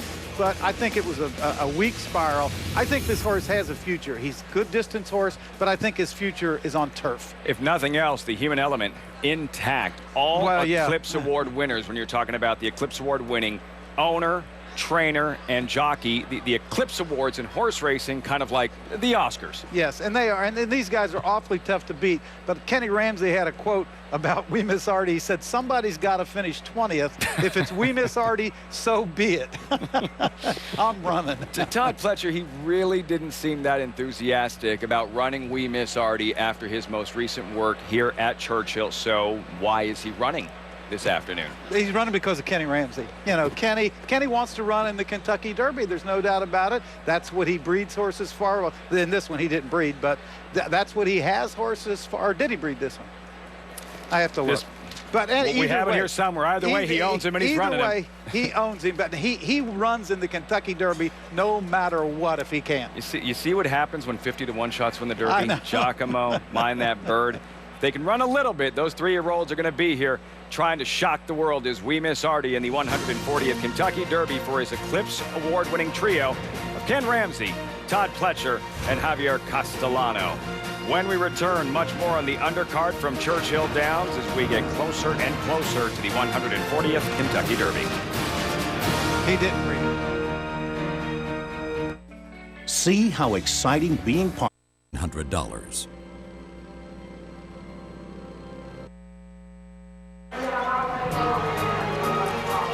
Crowd continuing to file in here at Churchill Downs for America's signature horse racing event as the celebrities also continue to arrive as we check in with Carolyn Mano. Lafitte, thank you. I am here with a man who's in the Songwriting Hall of Fame, legendary guitarist Richie Sambora. Richie, thank you so much for being with us. You look wonderful. Thank you very much. How long have you been a horse guy? My dad and I went to the track all the time. it was a father-son kind of bonding experience kind of thing, you know. So I've always loved the ponies. You know, we'd be betting like $10, but, you know, that was a whole different thing. And then I owned 2 racehorses after I made a little bit of bread. That was very expensive. And I did the Melbourne Cup, and I won a couple of races there, and I gave the money to their charity. But the cool thing was, on NBC, I did the Breeders' Cup, and I was the first one to do the call to the post on guitar. That's very cool. Very historic. Very, very cool. So, you know, now I'm here, and here we go. So you played last night. You're wearing this pin. I want to ask you about it. Can you tell everybody at home why you're wearing this pin? Yeah, well, you know, Trish and they had this diabetes stuff, and I went, my grandmother died of diabetes. And so I said, let me just take a shot. I designed a guitar with Swarovski crystals on it. I put a horseshoe on it, 140 years of the Kentucky Derby, and then my name. And I went out and I played last night. At the Barnstable Gala. Yeah, and it was fantastic. I must say, humbly, I took the roof off the place. I had some help, though. Always humble, Richie Zambora. Travis Tritt. Enjoy the day today. Johnny Gill, I had a lot of people. Enjoy the day today, Richie. All right, baby. Thanks. Back to you, Lafitte. All right, Carolyn, he blew the roof off humbly. He blew the roof off at Santa Anita for that Breeders' Cup when he did play a couple of years ago in Southern California. And another guy accustomed to blowing the roof off here at Churchill Downs come that first Saturday in May, star jockey Calvin Burrell.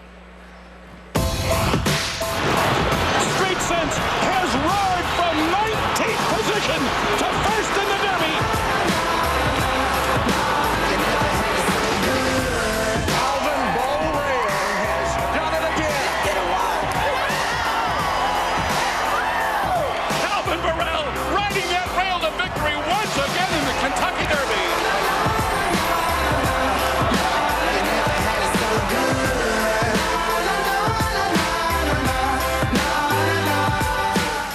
Pure magic in the Derby saddle. Calvin Burrell, he won with his first mount in 2007 with Street Sense, struck with Mind That Bird, Super Saver, 3 for 11 lifetime. He'll try for his 4th Derby win today in the last 8 years. What is it, Mike, about Calvin Burrell that makes him so effective in this race on this track?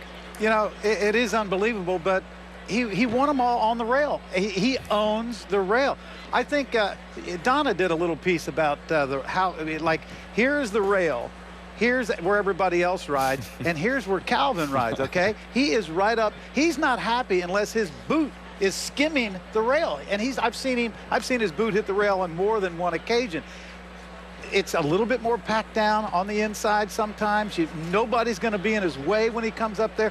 With Mind That Bird, the hole's about that big that he got through. Yeah, you couldn't. And I asked Calvin, you know, how did you get through that hole? He said, oh, that's a small horse. You know? So if he's got a big horse, I guess he's in trouble. But he just owns that rail, and he's going to find some way to get this horse to get right on Curlin to the rail. Don't know if it's going to be effective, but he is going to find some way to do it. Yeah, that's the problem. We call him Calvin Bow Rail. He's closer to the outside rail today than the inside rail. Ride on Curlin breaking from the far outside. Here is Ride on Curlin coming from off the pace. And here he is in the Arkansas Derby after he did encounter some trouble. Yeah, he had trouble in there, and he did close. He closed very well up on the outside with John Court, but I don't care where he's breaking from. I just know Calvin, and he's going to get him there. We'll have to see if it's effective. This horse can close. That's the big thing about it. He can close. And that Calvin Burrell factor. Burrell did finish 3rd in last year's Derby also with a revolutionary, a bid for a 4th Derby victory for Calvin Burrell on Ride on Curlin, breaking from the outside in today's Derby. Science fiction. Minus the fiction. And it is Mercedes-Benz today.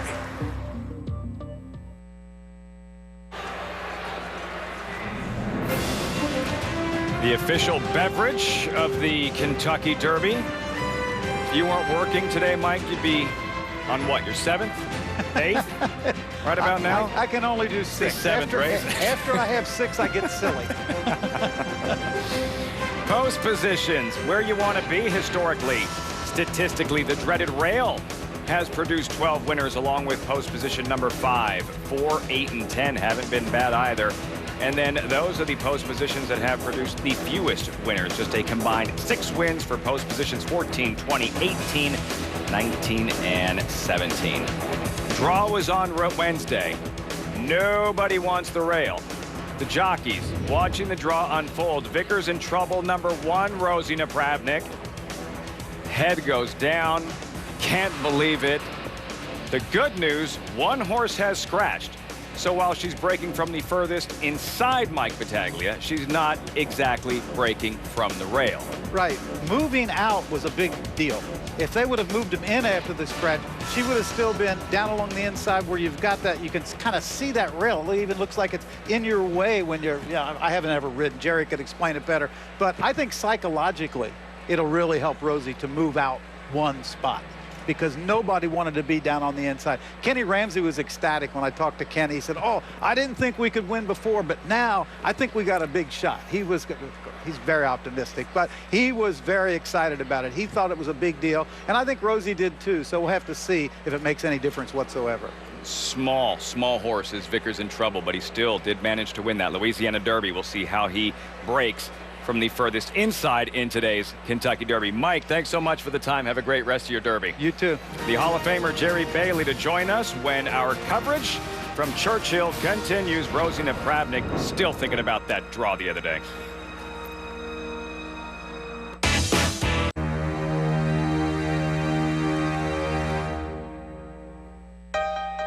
Hope. It's the blanket of roses, the spires touching the sky, and the belief that your dream is within reach. The dream is the Derby. The Kentucky Derby. The gateway to the Triple Crown that only the hopeful can enter. On the first Saturday in May, it all begins. The Kentucky Derby. Today at 4 Eastern. Only on NBC.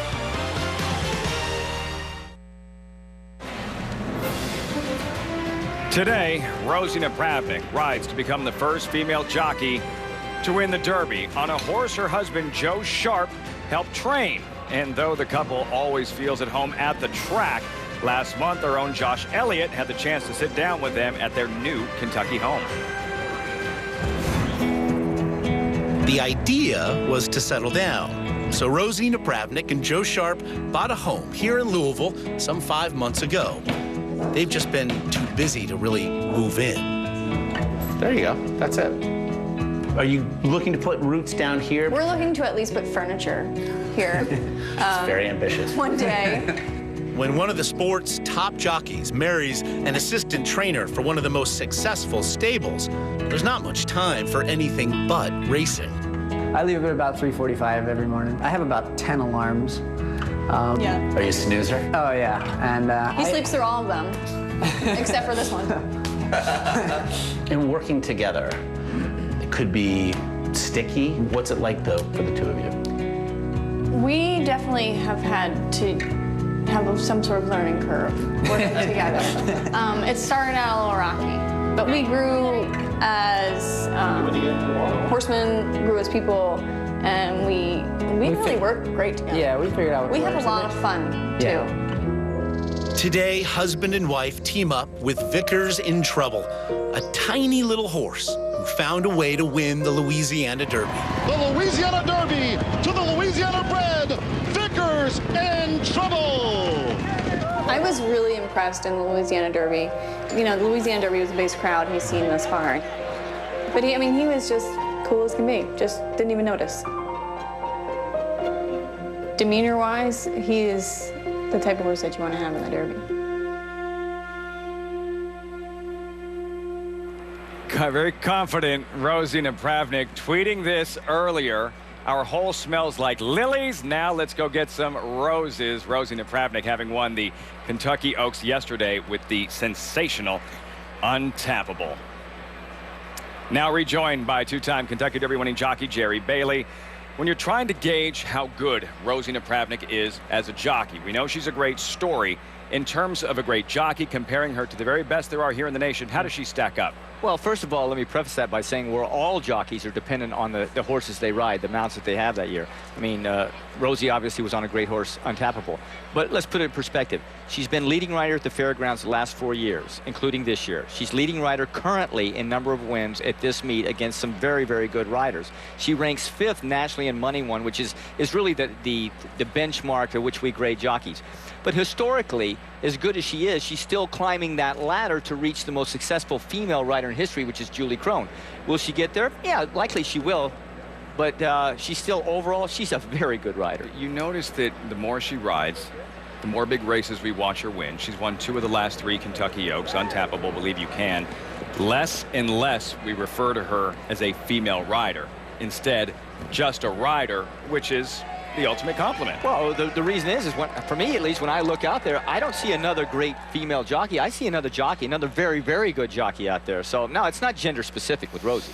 Untappable and Rosie Napravnik yesterday, unbelievably good in the Kentucky Oaks.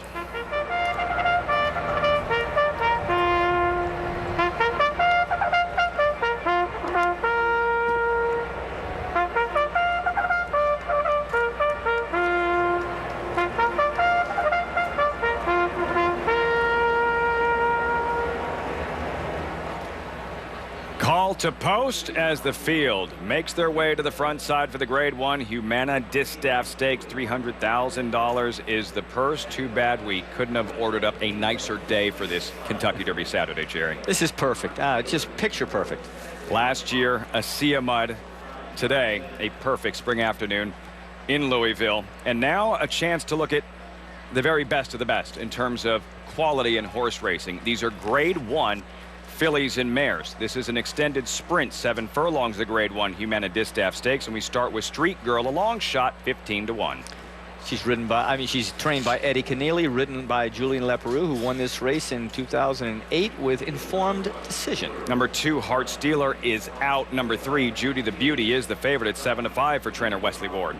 Wesley's won this, has never won this race. Jockey John Velasquez won it in 97 and 98, most recently in 98 with Colonial Minstrel. Number 4, Saturday Night Park, is out. Number 5, Scherzinger, the West Coast Invader, winner of the Grade 2 Santa Monica. Ridden by Mike Smith, who won this race in 1996 with In Conference, trained by Jerry Hollendorfer. West Coast Invaders side by side. Number 6, Iotapa, second in the Grade 1 Santa Margarita at Santa Anita. Ridden by Victor Espinosa. You'll see him later on today on California Chrome, and trained by John Sadler, who has Candy Boy in the Kentucky Derby. Number 7, Speedin' Through the City, winner of the Carousel, a small stakes race at Oaklawn last out. Trained by Steve Asmussen, ridden by Ricardo Santana. That sound familiar? They're both going to be together on Tapiture later today.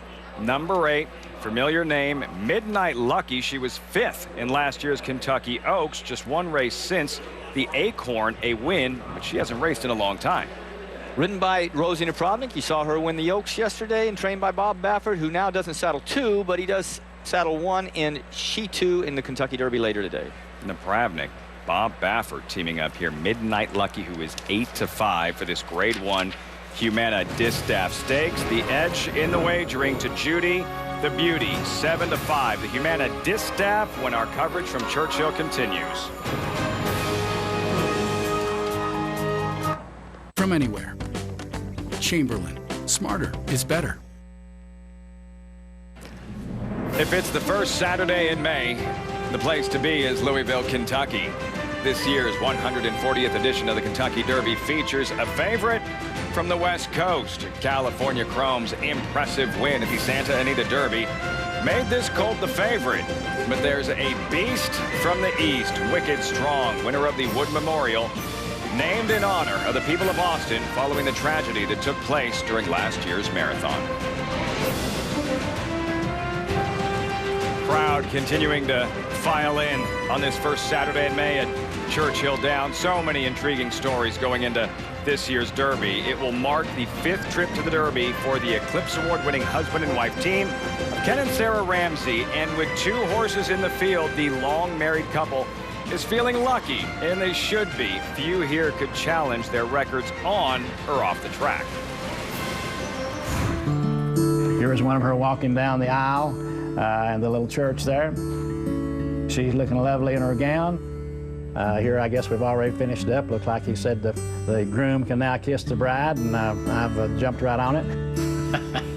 Theirs has been a romance that's lasted nearly a lifetime, 56 years, that have yielded riches both personally and professionally. We've actually been successful in several businesses. Made over $1 million in the stock market, over $1 million in real estate, and over $1 million in radio business, and over $1 million in cellular telephone business. Their formula is a simple one, a partnership that relies on the tenacity of his work ethic and her gut instinct. Midnight Papa, what do you like about him? She's actually smarter than I am. She is, no two ways about it. Her pet name was Kitten. She bought the first horse and named it Kittens First, or the foundation broodmare for the entire farm. From Kittens First came Kittens Joy, whose progeny and earnings have added horse racing to the Ramseys' list of successful endeavors together. These other horses? We don't win every gamble we take. That's just about as simple way as you can put it. They've overcome professional and personal setbacks, including a stroke that left Sarah with limited movement and speech in 2007. We don't give up on her illness and all that. I mean, it could be that we could still find a stem cell or some kind of solution to get her back to where she could walk and carry on a conversation again. We sink or swim together. Together, they built two of this year's contenders, We Miss Artie and Vickers in Trouble. And if luck again breaks their way, the rewards, as usual, will be shared, as they have been for a lifetime. I'll lead the horse in, but we will carry her up to the presentation stand if we make it, and we'll do it together. Almost brings a tear to my eyes, just think about it. Well, as you saw that winner's picture of Kittens First, that's when my relationship first started with Ken and Sarah Ramsey back in 1993. And it really developed when I rode their champion horse, Kittens Joy, for a couple of years. And I'll have to tell you that I've never seen a more hands-on and enthusiastic owner than Ken Ramsey. He actually leads every horse he wins with. When he's president at the track, when he's present, he leads every horse in the winner's circle. Rain or shine, I've seen it be knee-deep mud. He takes his shoes off, rolls his pants up, and leads that horse into the winner's circle. So he's very involved. You know, what he accomplished in 2013 is unheard of. 8 major owning titles at some of the toughest racetracks to win at in the country. Ken and Sarah Ramsey, it's a love story, a romance between this couple that's been together for so long, and between them and their horses. We'll see how We Miss Artie performs in today's Kentucky Derby. In the meantime, first Grade 1 event on the program, the Humana Distaff Stakes, 7 furlongs, fillies and mares 4 and up. Jerry Bailey, is this a 2-horse race between Judy the Beauty and Midnight Lucky? Well, it seems like it on paper. Obviously, Judy the Beauty, being second in the Breeders' Cup filly and mare sprint last year, has some great credentials. Midnight Lucky looked to be, if not the favorite last year, very formidable in the Oaks. She disappointed, won the Acorn, and then has been off since then with a deep bone bruise. But she looks like she's been working well enough to be pretty strong here. You got a couple more California invaders with Scherzinger and Iotapa, who aren't shabby in their own right. Check in and say hello to Donna Brothers horseback. Donna. Hey, Lafitte, it's a little windy out here today. You know, I know speed's been holding, but it's kind of surprising to me because these gusts of wind seem like they would benefit the horses who come from behind. The wind is blowing down the backside, so when the horses turn for home, they're going to have wind blowing towards them. But I will say the gusts have been hit and miss. So if they turn for home and all of a sudden one of those big gusts comes up, it really does affect the horses on the lead and tends to get them to kind of slow down just a little bit. But so far as we see, that hasn't been happening today, Lafitte. The speed has been pretty prevalent. Were the higher ups able to coax you into getting back up on top of that video board once again today? I did, yeah. I was way up there, 8 stories up with 25-mile-an-hour gusts of wind, and I can tell you, that thing doesn't move 1 millimeter. It is firmly planted in the ground. Massive, the new video board here at Churchill. Larry Coleman's with the call. The Grade 1 Humana Distaff Stakes live from Churchill. Midnight Lucky and Rosie Napravnik coming up to the outside stall. Hang on. Yeah, we're good. No. Going in. And they're all in line.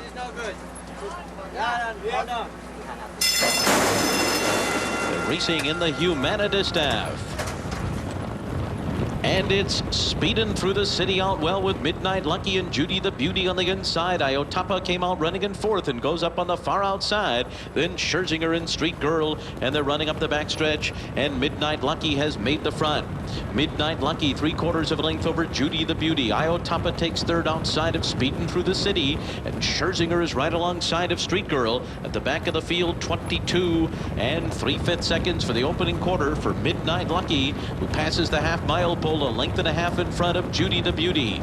Iotapa third to the outside, Speeding Through the City, losing ground to them in fourth.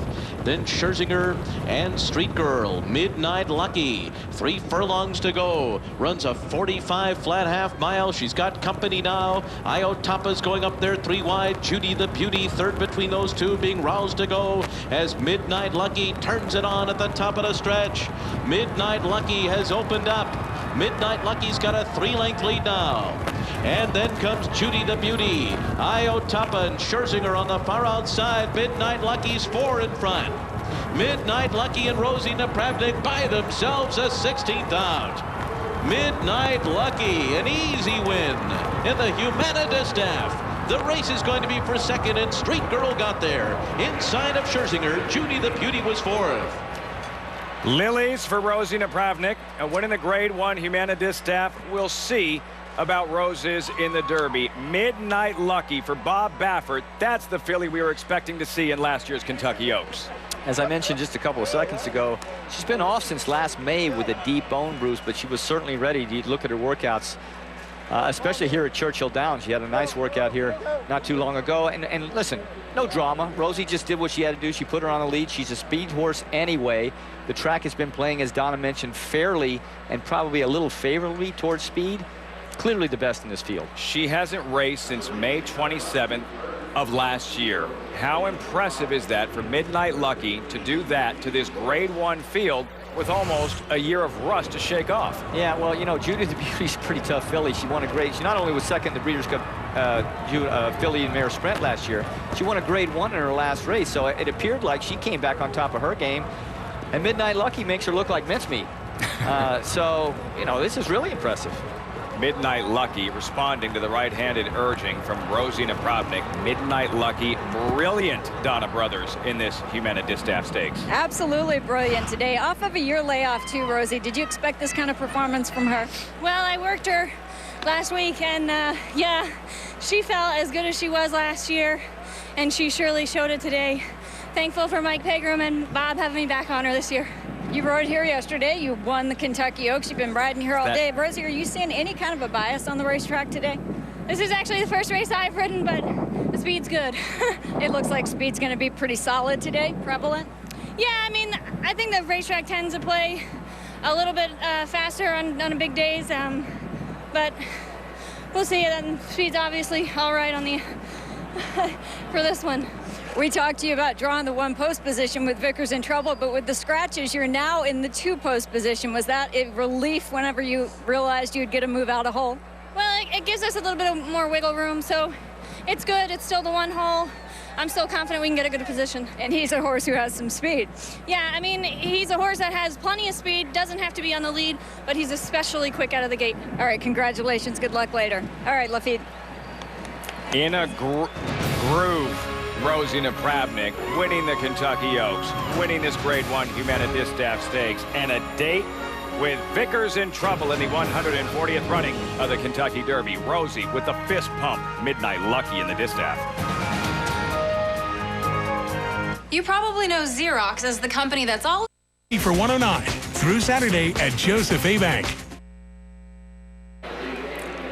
The Premier League is on NBC SN. It's a historic 3-way title race. Chelsea must win to keep their title hopes alive. Chelsea, Norwich City tomorrow at 11 a.m. Eastern. Coverage begins tomorrow morning, 8 Eastern on NBC SN. What a story, considering Opportunity will not run in the Kentucky Derby. This is the same owner group and, of course, trainer Bob Baffert of Opportunity. With Midnight Lucky, Mike Pegram, Carl Watson, Paul Whiteman, Jerry. They don't have the opportunity to compete in the Derby, but a win in a Grade 1 race in the undercard. Yeah, listen, the weekend might be disappointing, but listen, Mike Pegram's won the Derby before with Real Quiet back in 1998, so it hurts because it's so hard to get here. I mean, that's the biggest reason it hurts. It's not like you're guaranteed of another opportunity in the next few years. Bob Baffert told me yesterday there's a good chance we will see opportunity in the second jewel of the Triple Crown, the Preakness Stakes, 2 weeks from today. Moving ahead to the graded stakes racing on grass with the American Turf Stakes. 3-year-olds here and a field of 10. Scratch number 7, Big Bazinga, who is actually on the also eligible list at one point for the Kentucky Derby. That American Turf Stakes, plenty of time to get involved, 42 minutes to post. Updated Kentucky Derby odds. California Chrome number 5 holding steady at 2-1. Number 15, Tapiture, 37-1 long shot because he did not perform well in the Arkansas Derby, Jerry, but he looked awfully good in the Rebel Stakes the start before that.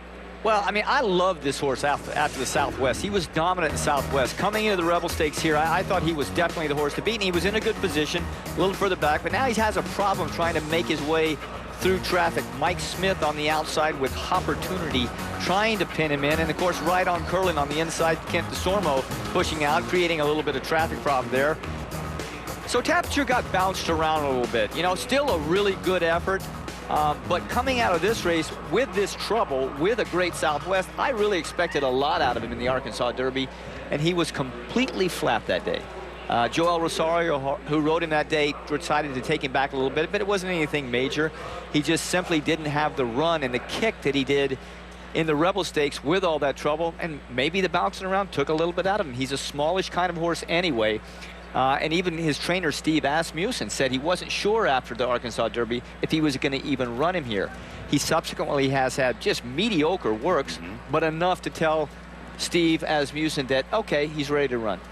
So Tapiture needs to turn things around, as Jerry mentioned, very disappointing in the Arkansas Derby. He is, of course, trained by Steve Asmussen, who is under investigation by agencies in Kentucky and New York, resulting from complaints filed by the animal rights organization PETA. PETA released the results of its own undercover investigation in March that compelled the trainer to relieve his top assistant, Scott Blasi, of his duties. But on Thursday, Asmussen told Bob Costas he has not done anything wrong.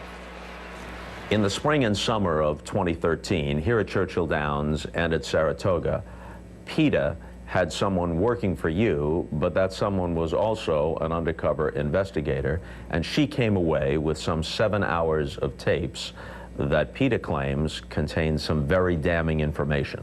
According to PETA, they say that you and your top assistant trainer, Scott Blasi, subjected horses to cruel and injurious treatment, administering drugs to them for non-therapeutic purposes, in other words, for performance-enhancing purposes, that they were allowed to run even when they shouldn't have been allowed to, running a risk of serious injury. Your response to that? It's horribly misleading and untrue. It is simply false. For somebody to secretly tape you for 5 months and not come up with one actual rule violation. If you read the complaint and there is not one actual rule violation that they say. They say the tapes reveal that one of your jockeys, Ricardo Santana Jr., who will be aboard Tapiture in the Derby, used an electronic device to shock a horse to cause the horse to run faster, which of course is illegal.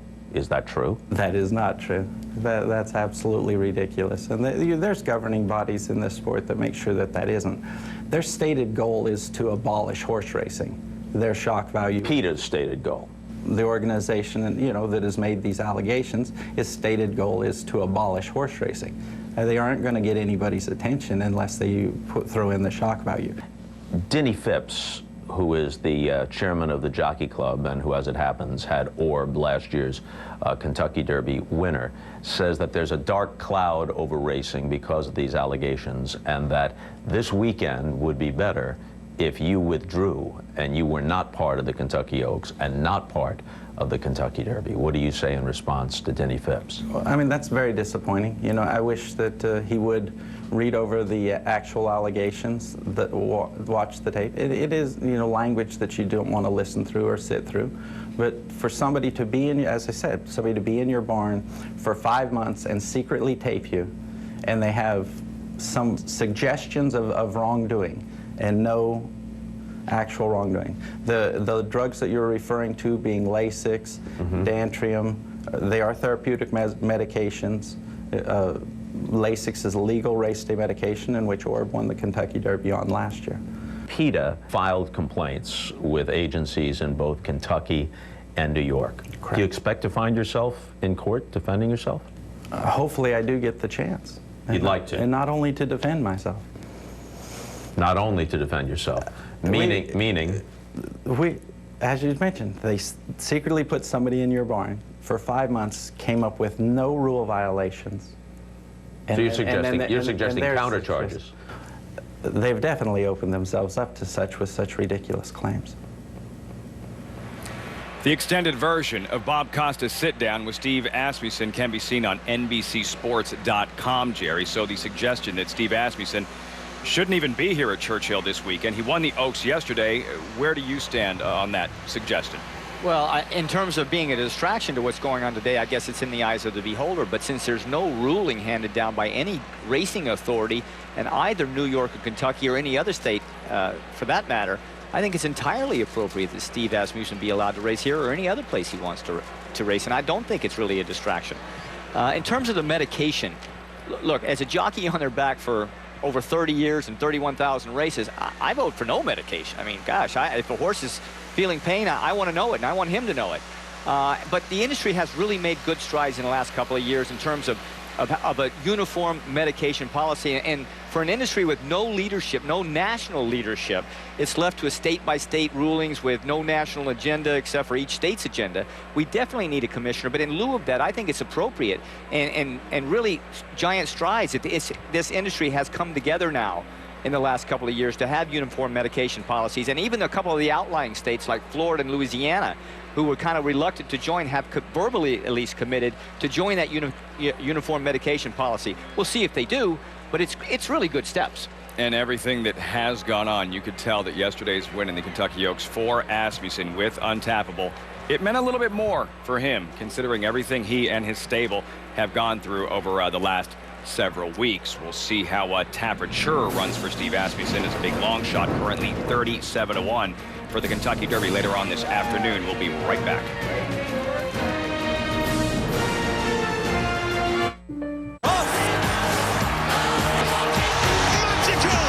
Come with me now. Unreal performance. This spring, get closer to NBC Sports Championship season. Go with me now.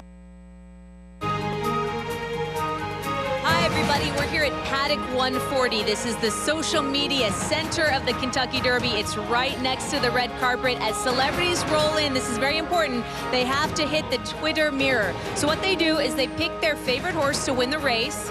Okay, mine is Uncle Si. What they come over here to do, they touch to tweet the photo. 3, 2, 1, smile. If you love it, which I do, hit the love it button, and then you can tweet it. So you'll be able to see celebrities like Vince Wilfork, who's coming through right now, tweet all throughout the day. Make sure you go to NBCSports.com/Derby for even more fun stuff. The Twitter mirror. Carolyn, thanks so much. A little over 4 hours out until the 140th Kentucky Derby. Those are the updated odds, 16-1 currently on Candy Boy Jerry, who really did look like a true Derby prospect when he was so impressive in the Robert B. Lewis Stakes at Santa Anita earlier this year.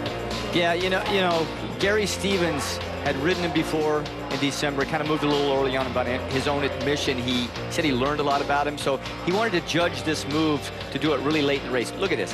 Perfect timing by Gary. He gets up to beat She Too, number 7, who came back to win the Summerlin Park Derby, so he's beaten a pretty nice horse. And it was an extremely good move. Then he comes back in the Santa Anita Derby, and he's locked and loaded. I love the horse in that race, and at the 3/8 pole, he was no more than, you know, a length and a half off the lead. Looked like he could have California Chrome anytime he wanted him, and came up completely empty, running a really distant third. So, yeah, I was disappointed in him, and he's trained okay here this week, but because of that disappointment, I can't see him narrowing that many length gap. Yeah, he took 8 weeks off in between the Robert B. Lewis Stakes and the Santa Anita Derby. He did not run in the San Felipe Stakes. So we checked Jay Privman, and he's with Candy Boy's trainer, John Sadler, for more on Candy Boy. Jay.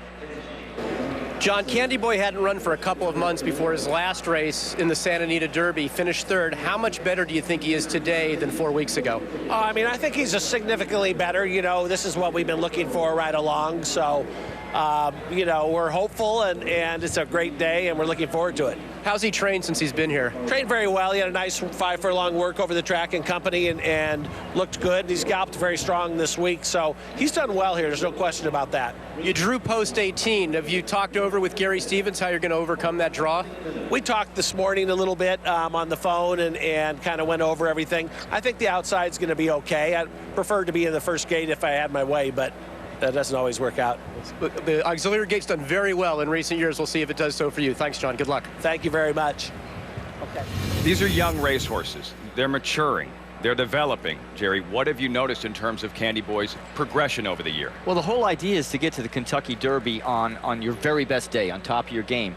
And if you're coming up a little short at 1 1/8 and you're running back 1 1/8, that's okay. I understand that you're going to get better from your previous race, but we're adding another 1/8 of a mile now. Now he's got to go 1 1/4, and did he get enough out of that Santa Anita Derby, getting beat almost 9 lengths, to add another 1/8 of a mile and expect him to be fit for the 1 1/4? I've got my questions. From a pedigree standpoint, yeah, his sire or father was at his very best at 1 1/4. His sire was Candy Ride. He was absolutely stellar in the Pacific Classic, Delmar's biggest race at 1 1/4 several years back. All right, but the horse they all have to beat is the morning line favorite, California Chrome, who is 5-2, now 2-1, Jerry. How much better is he? How much separation is there coming into this race between California Chrome and the other 18 3-year-olds? Well, we can only base it upon what they've done to their body of work to now. And based upon his last 4 races, all wins, I think he is 2 to 3 lengths better than the rest of the field if he can bring those performances here and if he doesn't have any gait issues, because he does have a gait issue. He's got an Achilles heel, and he doesn't always break well. You can see here, back in last November, he kind of rocks in the gate, and when they open the gate, he goes right up in the air. You know, I hate to say that habit reared his ugly head, because it did. He ends up, for a speed horse, a front-running horse, he ends up way back in the back last year as they go in the first turn, and instead of being in a stalking position, he's lost valuable lengths. He's over 6 lengths back of where he probably should be, at least 5 lengths back, even if he's stalking. Now, it's not just the losing of that many lengths. It's also the kick back in his face, which he's not used to and doesn't like. You can see here his head's up in the air. His stride is not forward, it's up. Never did he get used to it through the body of this race, that dirt. Now, we go a couple of races back. Did he learn his lessons? He's still back in there doing his thing. He's going back and forth, but at least he's rocking forward when the gates open this time. It's kind of hit and miss with him. This is a good thing. I mean, if he goes forward, you know, when he moves, when the gate opens, it's great. He's on the lead where he's accustomed, or at least stalking. Victor Espinosa has a lot more options. So we go to the Santa Anita Derby. He is still doing this. How still everybody else is, and California Chrome's still moving. Now, he gets off a beat slow here. Not as bad as the first one we saw, but you see the gap between these two horses. In the Derby, horses on either side will close that gap, squeezing California Chrome out the back. In this particular race, Victor Espinosa, his jockey, had the luxury of nobody else wanting the lead, allowing him to kind of ease up in there. That's not going to happen if he breaks poorly in the Kentucky Derby. So Victor Espinosa, not only does he have the pressure of being on the favorite, but the pressure of making sure his horse breaks well. And if he does, if he catches that flyer, then what does he do with all the speed in the race? He could get hooked up in the speed duel. So it's not a walk in the park for California Chrome by any means. So Victor Espinosa will have a bullseye this big on his back, along with the jackass, right? California Chrome 2-1, who is the favorite for this 140th Kentucky Derby. But Espinosa does know how to win the Run for the Roses, as he did 12 years ago aboard the front-running long shot War Emblem. And there he is, Espinosa. See, this was one of those races, Jerry, and you talk about this all the time, when the race stacks up one way on paper and then unfolds another. There were 2 speed horses in that race. One broke War Emblem, the other didn't, Medaglia d'Oro, which completely changed the complexion of that race. As well as if you add in the factor that War Emblem, who you just saw, was way under the radar. He was not favored by any means. So everybody that looked up and saw him on the lead thought, well, the jockeys at least, I was in the race. They said, you don't have to worry about them. He won the Illinois Derby, but how good could he be? That's very helpful when you're on the lead, but California Chrome has all the attention on him. Yeah, he's not sneaking up on anybody the way War Emblem did. California Chrome expected to be forwardly placed, and keep in mind, Victor Espinosa, when he won that Derby with War Emblem, was from post 5. He'll be in post 5 today. with War Emblem. Well, 5 years ago, 2 guys from out west teamed up to buy a horse that no one else seemed to want. Their first attempt at breeding her yielded the most unexpected result. This year's Kentucky Derby favorite. And they're off. Here comes the finish. It's going to be swapped, winning a length and a half in the 1955 Kentucky Derby. I don't like comparing horses, you know what I mean? I don't know what the future's going to bring. But, you know, I love California Chrome. I think he's an outstanding little horse, and he's my swaps. What, Chrome? Hey, you know you're the rock star now. California Chrome is absolutely sensational. Yeah. Oh, God. I've never been to Kentucky at all, not one time. California Chrome is no Kentucky blue blood. He's California bred. I can't really put a number what the odds are that something like this would ever happen. 1 in 100 billion, 1 in 10 trillion, I don't know. This is Love the Chase. This is our $8,000 horse that's given us $1 million baby. We bought this filly for $8,000, Perry Martin and myself. And we were told that we're real dumbasses if we got in the racing game. That's where we got the name Dumbass Partners. There's been a lot of horses chasing that jackass on the back of our silks. I think that is the whole thing in a nutshell. It's the David and Goliath story of little David with the slingshot, bringing down the big monster. All you do is read about the Pletchers with 5 in the Derby and Bob Baffert with 5 in the Derby. Then here comes this mom and pop horse saying, come on, I'll run against your $1 million horses and kick your butt. They would need to sprout wings to get to California Chrome. California Chrome will be carrying the hunt to California all the way to Kentucky Derby. I'll be 61 years old the first Saturday in May. And to have my horse win the Kentucky Derby, a man couldn't ask for a better birthday present.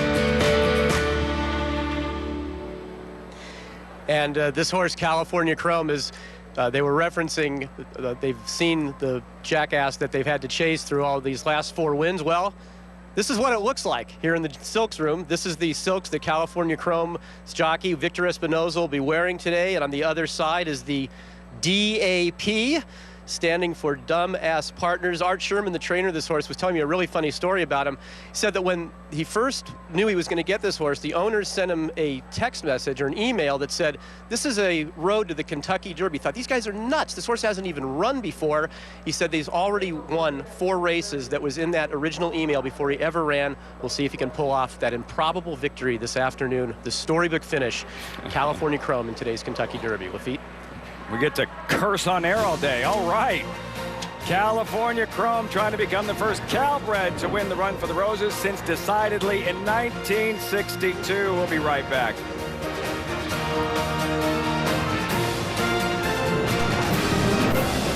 Aerial coverage provided by Goodyear, the odds-on favorite for superior performance. Goodyear, more driven. 8th race at Churchill coming up in 19 minutes. The Derby.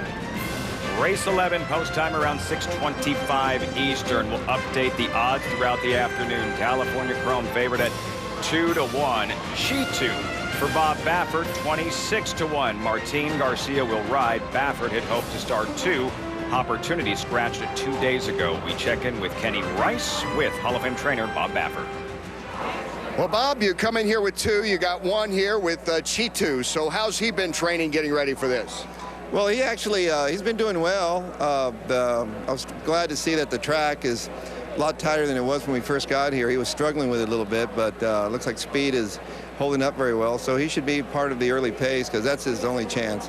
As a man who has won this 3 times, you mentioned the early pace. About as much pace in this race, it appears, as any recent Kentucky Derby. Well, I mean, there's a few horses in there that, you know, their style is to send them away from there and put them in the race early. And every time I've tried to change it, it just doesn't work. So something's going to have to give, but hopefully it won't be us. You know, people expect to see you here. You have a lot of fans here. As I mentioned, you've won this 3 times. Very popular trainer. What does it mean to be back in Kentucky for the Derby each year? Well, it's exciting to be here. I mean, you know, Churchill Down, they've really marketed this place. I mean, yesterday the vibe was unbelievable, especially with the new big board and all. And I just see so much. Everybody's really into racing, and this is our big week. And I think it's run pretty smooth. We watched a fantastic performance by Untappable, who probably would have been very tough in the Derby today. Opportunity, you had to scratch him. What's his status right now, and will we see him in the near future? Well, I'm waiting for the reports to come in. He went up to Root and Riddle, and they're going to do a complete physical on him. So I'll probably know by the end of the day. Do you feel, just kind of gut feeling with your experience, that you didn't think it was a major injury? That was the good news. Obviously disappointing to have to scratch him. Well, I know the horse really well, and for some reason, if they're not, he'd never shown that before, and it was the foot was bothering him. We were working the foot, and that morning, everything was really cold and tight on him, and he was still a little bit off, and he was warming out of it, and I just didn't feel good about it. So, you know, and one thing I've learned, any little thing, you have to pull him immediately and don't think about it, and to try not to second guess yourself. Always good to see you. Thanks, Bob. Good luck today. Thank you. Bob Baffert, they would probably have the Kentucky Derby if he wasn't here, but it wouldn't be the same, would it? What a run he has had, and comes in here with Cheetu now after having to scratch Opportunity. He has won 3 of them, Bob Baffert. Kentucky Derby victories. We'll try today with Cheetu there. He is winner of the Sunland Derby in front-running fashion, his most recent race, Jerry. Yeah, I mean, earlier in the week, it was about his foot that we were talking about. It had like some kind of a seedy toe type fungus in it, but obviously it was all cosmetic and it really didn't bother him. But you see him here in the Sunland Park Derby. He went to the lead that day. He holds off stablemate Midnight Lucky. Now, the time was pretty quick, but the track was fast. He doesn't visually look like he's, you know, setting the world on fire, but you got to give him credit for carrying his speed that distance. However, this is a longer distance, 1.25 miles, and even though the track is pretty tight, as Bob said, tight meaning speed's carrying fairly well. I don't think it's quite biased yet, but it doesn't hurt a horse like Cheetu when quality speed carries on, so that gives him some kind of a hope, but it's still a lot to ask of a horse like this to carry that speed, challenged, by the way, most of the way, in all likelihood, all the way to the wire. Baffert, Martin Garcia, they have teamed up to win a classic. That was looking at Lucky in the 2010 Preakness Stakes as we check in with Jay Pridman. Talking about Cheetu, Bob Baffert referencing the problems that this horse had with his right front foot. Well, here's what they've had to do in order to train him to get him through the race today. This is what's called a spider bar shoe. This pad goes underneath the horseshoe, and they trained him in this all week, and that's why he wasn't gripping the track so well when he worked out the other day. In fact, he lost the shoe during the work, and what this does, it's called a spider because it looks like a spider web. It goes under the regular shoe, and he trains it. For today, that goes away, and this is what the bottom of his foot will look like. He'll run in a regular conventional shoe. Lafitte? Was Jay a magician at one time? That was an awfully good sleight of hand. I'm very impressed. How disconcerting is that he did have to train in the spider shoe leading up to the Derby the week of Cheetu? Well, the spider shoe is a form of a bar shoe, which protects the sole of the foot and holds the integrity of the hoof together. It's happened a lot. Not necessarily a spider shoe. I don't think I've ever seen a spider shoe, but variations of bar shoes are used a lot in training, and if possible, you remove them from the race. So it's not out of the ordinary at all. Cavanier just missed for Bob Baffert. He beat him back in 1996 with Grindstone, but Baffert did score the following year. Silver Charm 97, Real Quiet 98, and War Emblem in 2002. We'll see if Baffert can pull off a major upset today with Cheetu in the 140th Kentucky Derby.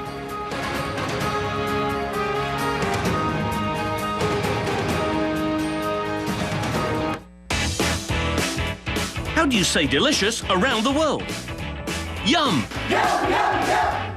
Yum Brands is one of the world's largest restaurant companies, with 40,000 KFC, Pizza Hut and Taco Bell restaurants in 125 countries. We are the clear restaurant leader in emerging markets with over 14,000 restaurants. Alone, we're delicious. Together, we're Yum. Yum Brands, proud presenting sponsor of the Kentucky Derby. The look of success just got easier. Joseph A. Bank Traveler dress shirts and sports shirts. Now 3 for $109. 100% cotton, wrinkle-free traditional and trimmer fits. A fantastic limited time value, 3 for $109. Through Saturday at Joseph A. Bank. We're here in this auto graveyard to demonstrate a remarkable car polish. New Finish, the once-a-year car polish. New Finish is not a wax. It's a unique polymer formula that's even safe for clear coat finishes. Simply wipe it on and just wipe it off. It's that easy. You can even apply it in direct sunlight. And look, New Finish restored a deep, hard shine even to this weather-beaten. Get Ortho.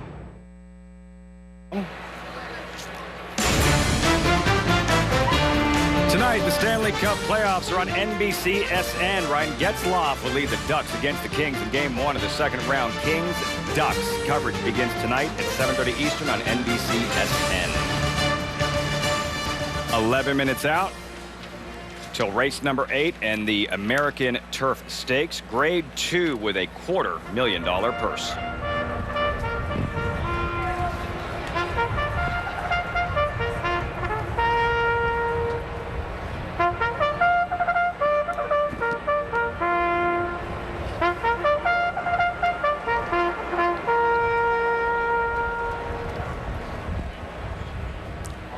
Gearing up for a post parade brought to you by Equibase and the American Turf Stakes Grade 2. These are 3-year-olds, just like in the Derby, but these colts run on grass. We're looking at Cleburne for Donegal Racing, 13-1 currently. Ridden by Mike Smith, who's won this race a couple times, and trained by Dale Romans, who's won it 3 times, and he's been 10 times leading trainer here at Churchill Downs. He knows how to get it done here. Number 2, Chief Barker, Irish bred, English raced. Today is stateside debut.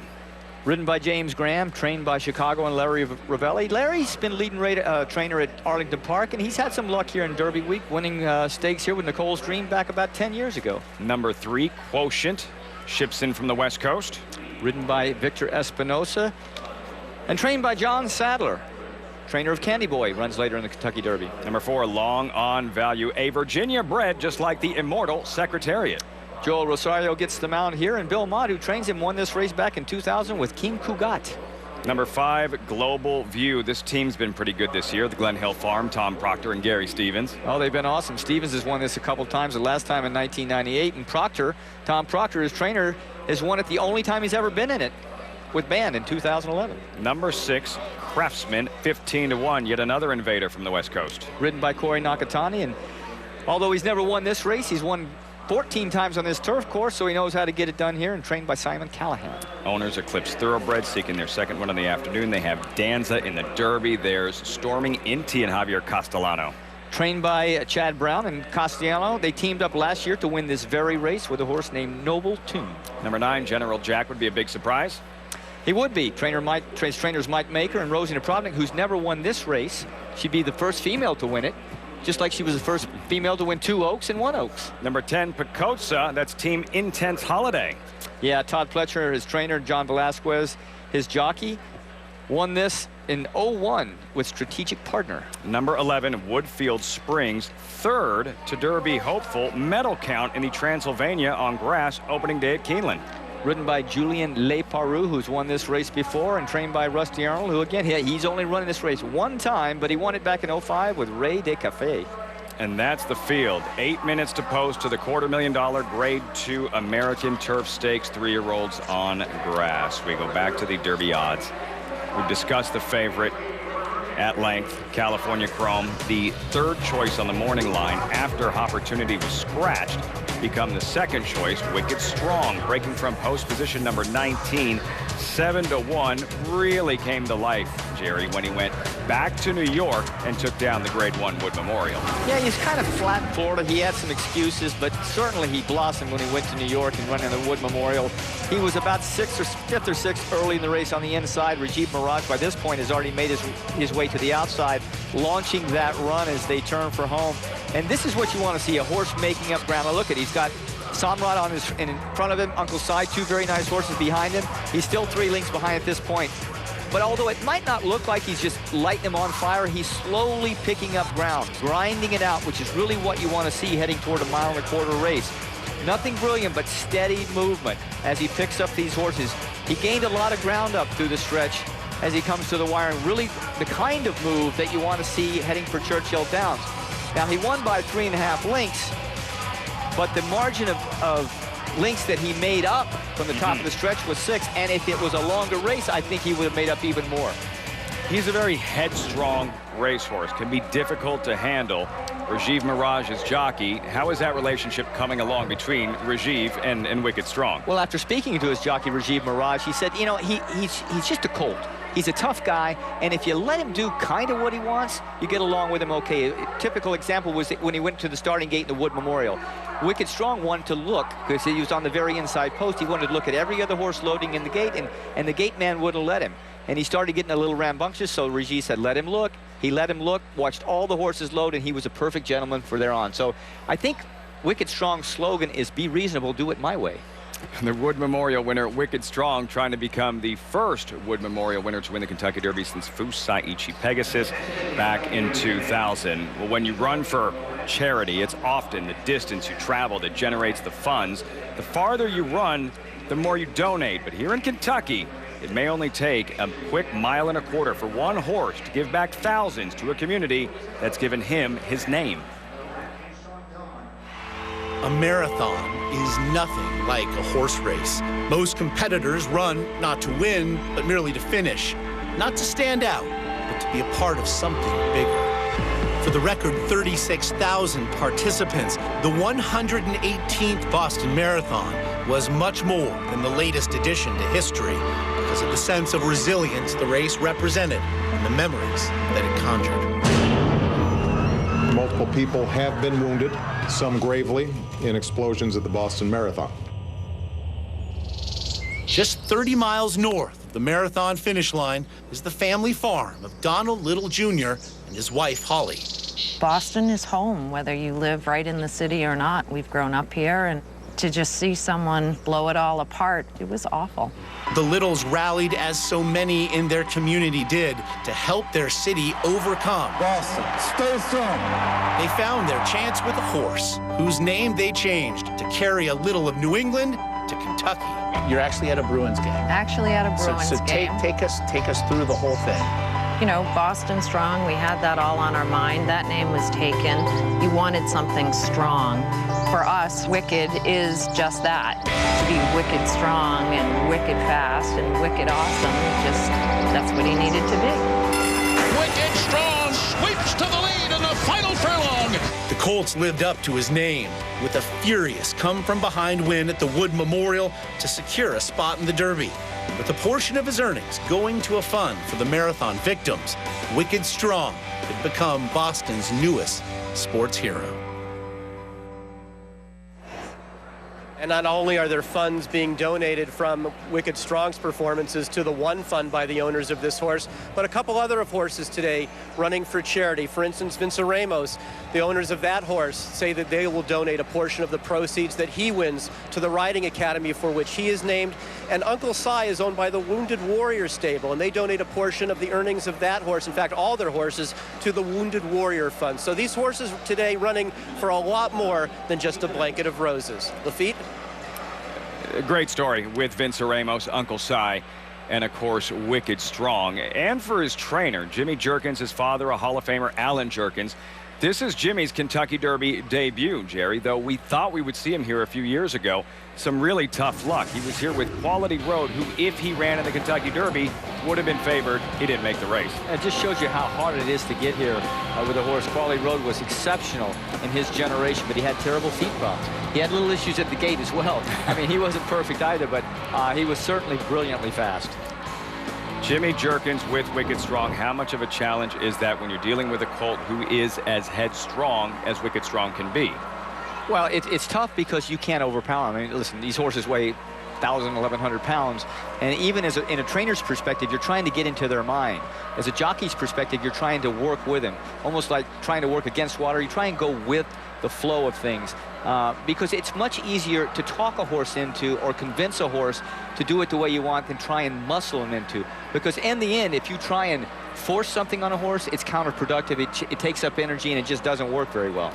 Breaking from the outside, we've seen a lot of it in recent years. Big Brown broke from the 20 and won in 2008. And keep in mind, the last 3 Kentucky Derby winners, Animal Kingdom, I'll have another Orb last year, all broke from the auxiliary starting gate. Wicked Strong will start from post position number 19, the furthest towards the outside. We'll see if that crowd has any kind of effect on Wicked Strong, a horse who at times can be very, very curious, and the history of this Derby is littered, Jerry, with terrific racehorses that really couldn't handle the energy and this overwhelming, all the 150,000 at Churchill. But, as a trainer, more specifically this close to the race, as a rider, if you can take that energy and channel it to the race, it gives horses a lot of fight and a lot of courage. Horses like that typically, once they get into the race without a problem, they fight very hard and are very effective. We know that jockey has a lot of fight in him. Gary Stevens, he rides Global View. What do you make of his chances in this American Turf Stakes? He is currently 5-1. Well, I like him because the only poor race was an off the turf race at Keeneland on the synthetic. Otherwise, his first start wasn't lighting the world on fire, but otherwise his races have been very, very consistent. He can be tactical. He can come from mid-pack.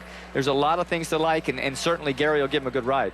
Number 10, Picotza in the Starlight colors. We mentioned this is Team Intense Holiday, the Starlight Racing stable. Trainer Todd Pletcher, jockey John Velasquez. Yeah, another horse that's been very consistent. Now, in his very first race, he stumbled badly at the break. He got up and ran 5th, only beaten 5.5 lengths. After that, he was never worse than second. Second, 5th, second. So he's very consistent. He comes out of the Transylvania, where he was second to a horse called Metal Count, who happens to run in the Kentucky Derby later on today. So he, too, has been running with quality horses. Then you have Quotient. Victor Espinosa has been quiet. He'll ride California Chrome this afternoon. What do we know about Quotient going into this American Turf Stakes? Well, he comes out of the Pasadena stake at Santa Anita about March 22nd. Now, in that race, he finished second. He was only beaten the nose, and if he had changed his leads, gone from his left to his right in deep stretch, he most certainly would have won. So it's going to be interesting to see if he can get his coordination with his leads correct in this race, because it is a little bit tougher race, and he's going to have to do everything right. Trained by John Sadler. Sadler, who has Candy Boy, trying to win his first Kentucky Derby later on this afternoon. We'll have a moment or two here before the start of the race. They're still on the main track. This is on grass. Cleburne on the fence, drawn inside for Donegal Racing, to be ridden by the Hall of Famer Mike Smith. Trained by Dale Romans. He's an interesting horse because I really liked him going into the Breeders' Cup Juvenile last year. He broke his maiden here last year on the turf, then went to the Iroquois on this main strip, the Iroquois stake. He won that one. He was 2 for 2. I really liked his style, so he was heading to the Breeders' Cup. He was injured, didn't make it, but now he shows back up, coming off a 3rd place finish in April in the Calder Derby, which is kind of a weird surface, a sandy surface, but gets horses very, very fit coming out of that track. So he's an interesting horse to watch as well. Has that ever happened to you, losing a Derby mount a few days before or a week of, something of that nature? Yeah, I was riding a horse named Wimbledon for Bob Baffert. A Louisiana Derby winner, correct? Yeah, back in early 2000, and I was left without a mount, so I came up to the set on NBC, and I sat in with Tom Hammond and Charles C. Canny, and little did I know it was preparation for what I would do later on in life. I was going to ask, how'd you do? I was terrible. Yeah. Well, they invited you back, clearly not. For Mike Smith, it has to be difficult, though. He had ridden in 10 straight Derbies. He had the option, Intense Holiday. He went with Opportunity, and who could predict? It's not that he made the wrong call. It's just blind bad luck. Yeah, Mike has the good perspective on it. He's already won one, so it makes it a little bit easier, but is always next year. Smith, who has won a Derby with Giacomo. He won the Oaks last year with Princess of Silmar, rides Cleburne here today. Larry Coleman's with the call. The Grade 2 American Turf Stakes and live from Churchill. They're racing in the American Turf. Chief Barker was a little bit slow to get going. Storming Inti is out well. Craftsman from the inside. These two are out for the early lead. And then it's Quotient away running in 3rd behind them, followed by Picotza on the far outside. In between those two, Long On Value is running in 5th and a bit hard to handle early on. Then comes General Jack. Woodfield Springs on the outside. 4 lengths back to Global View. Then comes Cleburne, who's second last. And after a slow start, Chief Barker at the rear of the field. 23 and 3 was the opening quarter mile. To the backstretch, Craftsman and Corey Nakatani and Storming Inti and Javier Castellano, and they're setting the pace. And right behind them is Picotza running in 3rd, a length and a half off the lead. Quotient is 4th, Long On Value is 5th, General Jack 6th on the inside, 5 lengths off the lead. And Woodfield Springs, break of another 2 to Global View. They're being followed by Cleburne and Chief Barker. They continue their way through a 47 4/2 mile, and into the far turn they go. It is Craftsman and Storming Inti, and they continue to go at it, moving for the turn, Picotza. Third to the outside of them, Quotient fourth, and down toward the inside, then General Jack. Long on Value is moving up on the far outside with a wide run. Also gaining ground is Global View, who's within 4 lengths of the lead. Then Woodfield Springs, they're into the stretch. Storming Empty has taken over the lead on the outside, but plenty of competition coming. Quotient is there. On the far outside, Long on Value, and even farther out, Global View is coming on. General Jack behind them. Storming Empty, Global View on the outside coming. Storming Empty, Global View, they're going to hit it together. Global View and Gary Stevens in time. Running down Storming Empty, then Quotient and General Jack. Fireworks in the stretch of the American Turf Stakes. Global View, Storming Empty, slugging it out to the wire, and in the end, the Hall of Famer Gary Stevens gets the money with Global View. Tucked this horse in, did Gary, first turn, then took his time down the backside. And we talked about Candy Boy, Gary Stevens measuring that run. Well, this was an expert job at measuring the run. Anytime you get up there with 2 strides to go and you win by less than a head, you know, that's a very, very good judged ride. You can see from the overhead view now, Gary Stevens and Global View in about the 5 path. You know, he's going to let him filter in, merge into traffic. A little wider than he wanted. Now he comes down the stretch in about the 3 path. And it's a question of, will he get up? Now, I'm going to say Gary Stevens will tell you he knew all along that he was going to win this by a nose, and he might have. But it was still pretty exciting to watch. A measured head inside. Javier Castellano, Storming Empty outside. The Hall of Fame hands of Gary Stevens on Global View. Global View responds. You see Stevens, he never really went to the whip late. There he is going to that left hand. Global View does respond, and a measured head. Global View picking off Storming Empty in the shadow of the wire. Gary rode a couple of horses yesterday, Jerry, that simply didn't fire. One of them that comes to mind, Will Take Charge, who was a 3-year-old reigning champion last year, and he just came up empty for whatever reasons on this track. Now he gets to win here, a victory in a graded stakes race. He has to feel better about things moving forward. Well, a couple things. You know, a win is great, but he also was dumped off Fashion Plate, and he, you know, kind of landed on his shoulder. So this tells us that physically he's pretty good. Gary Stevens and Global View. He won the Preakness last year with Oxbow. He'll try to win his 4th Derby this afternoon with the Californian Candy Boy. The 45th running of the prestigious Grade 2 West Virginia Derby.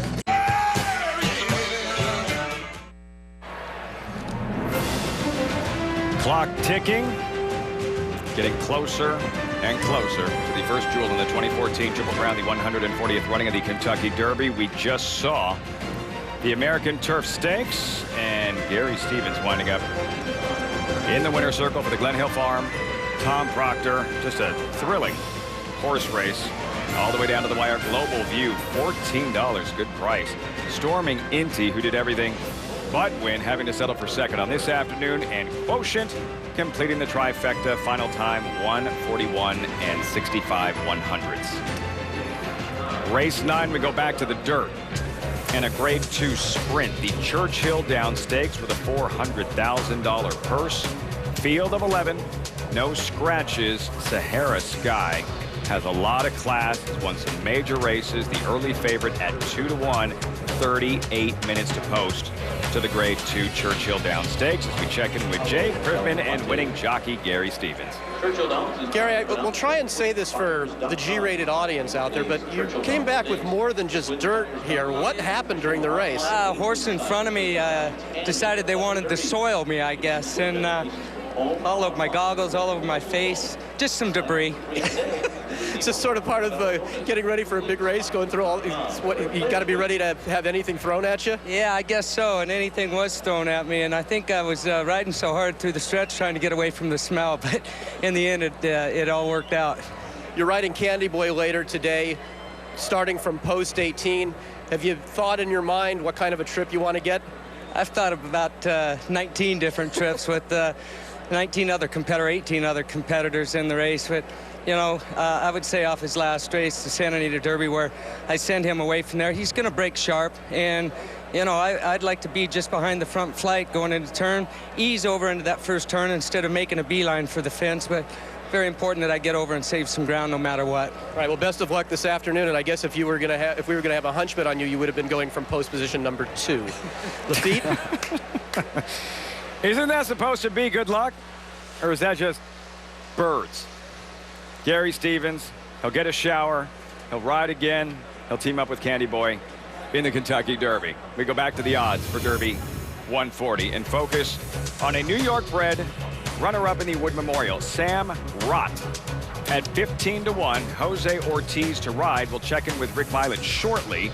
But for Sam Rott, he lost the Wood Memorial, Jerry, the first loss of his career. But what might he have gained in defeat? Well, he broke extremely well that day, but he learned to settle in behind horses after that, just off horses, I should say. And he learned how to try and fend off a really good closer in Wicked Strong. Now, I'm always in the belief that you need to be in a dogfight. He was in a dogfight in the Gotham Stakes. The second time, actually, he had been in such fight against Uncle Si. He won both of them. But as you get closer to the Derby and the races get closer, the competition gets keener. So it wasn't enough to beat Uncle Si. He's got to try and beat a horse named Wicked Strong, who was coming up from Florida. Wasn't able to do that, but it might have lit a light bulb off in Sam Rott. As you can see right here, Wicked Strong in the center of your track, kind of ducking out a little bit. Sam Rott with the green helmet cover. He shows to me a little gameness because he still runs by a very good horse for second in Social Inclusion, who was the hot shot coming out of Florida, a very fast horse who we might see in the Preakness. So yes, he got beat by Wicked Strong, but he showed enough courage and fight to run by a very good horse called Social Inclusion. Yes, Sam Rott, the runner-up in the Wood Memorial, a New York bred, just like the winner of the Kentucky Derby 11 years ago, the gutsy gelding Funny Side. We check in with Bob Newmeyer with Sam Rott's trainer, Rick Violet. I'm with trainer Rick Violet, who saddles Sam Rott in today's Kentucky Derby. How do you handicap this race today? Sam Rott, the best, and everybody else. Just the best, right? It's a wide open race, to be honest with you. I mean, the break is going to be critical to running into the first turn. Also, I think there are a bunch of horses that have a license to win it. And 3-year-olds this time of the year, you really can improve leaps and bounds. So I really do like what we're doing, but it's a dogfight. Have you bought into the California Chrome bandwagon? It's a great story. Art's a terrific guy, and I mean, you know, I'd like to say I'd lose sleep if I rained on their parade, but that'd be lying. So you think that Sam Rott has every bit as good a chance as California Chrome or any other contenders here today? I think so. You know, one horse has beaten him in 6 starts, so his past performance really, I think, measures up to anybody. Good. That's Rick Violet, trainer of Sam Rott. Translation, an ancient Indian title meaning emperor. 39 opponents faced, 38 opponents defeated. Wicked Strong, the only horse to have defeated Sam Rott. See how he performs in the 140th Kentucky Derby. When François Thibault said he was going to make vodka in cognac with the rest of the 600s for channels dedicated to your favorite brands. With the 600 channels, there's something for everyone. It's on everyone's bucket list. Go to the Kentucky Derby. For the 150,000 fans who've made it to Churchill Downs, this is shaping up to be a memorable edition of America's premier horse race. Stories abound. 51-year-old Gary Stevens is trying to win the Run for the Roses yet again. The last time he won was aboard Silver Charm in 1997. Rosie Napravnik trying to become the first female to win the Kentucky Derby. But if she's going to do it, she's going to have to do so while breaking from the rail. And this was her reaction when she found that out. And speaking of the rail, Calvin Burrell. He won from the inside in his 3 Derby victories. Today, he's piloting Ride on Curlin. Welcome back to Churchill Downs. For the 3-year-olds running in today's Kentucky Derby, one day they hope they'll be regarded as Horse of the Year. As for the reigning Horse of the Year, he will be performing later on this afternoon right here in Louisville. Wise Dan's in the center of the course. Silencio is coming on too, but here's Wise Dan alongside of Zaproval. Silencio coming up the fence. Wise Dan's got him. Wise Dan, brilliant in the mile. Wise Dan, reigning horse of the year, two-time Breeders' Cup Mile champion. Jerry, how special of a racehorse are we talking about here? Very. Two-time horse of the year. I'm going to throw some names at you. Curlin, Cigar, Secretariat, Forgo. Those are the kind of horses that are two-time horse of the year. So yes, he's very, very special. And what makes him win so many times, 20 out of 28 starts, is because he has no real weaknesses. He has enough speed to be right up front if he wants. He never is too far back. His acceleration when he's boxed in, which has happened often in his career, is so quick that all he needs is a tiny gap. The eye of a needle this horse can run through. In the Firecracker Handicap here at Churchill Downs last year, under the lights, a driving rainstorm, he was boxed in all the way inside the 8th pole with 220 yards left to run. There was the tiniest of seams. John Velasquez, his jockey, sent him through there, got bounced around when the rider outside him saw that he was coming through. Couldn't believe he was coming through that kind of a spot. He still was able to go through it on a boggy turf course. So he does so many things right. If you're going to be the favorite, yes, you have a target on your back. But this is the kind of horse that you don't mind having a target on your back because he's got so many weapons. He will run a little bit later on this afternoon, seeking yet another Grade 1 victory in the Woodford Reserve Turf Classic. With more on Wise Dan, we check in with Jay. And Lafitte and Jerry, to your point, Jerry, I talked to Charlie Lopresti this morning about Wise Dan, and he said he's concerned about having the rail post, not because it's a tough post for him to overcome, but, and I'm sure you can appreciate this, he's afraid that the other 9 jockeys in this race, as he put it, they're going to be riding my horse instead of theirs, trying to box him in, knowing that he's the horse to beat. But he said that in the 3 weeks that this horse has had since his first start of the year, he said he's come forward so far. He said, I'm almost afraid to jinx myself over how good he's doing. And then I said, well, what about now going for a 3rd straight horse of the year, which hasn't happened since Forgo in the mid-1970s.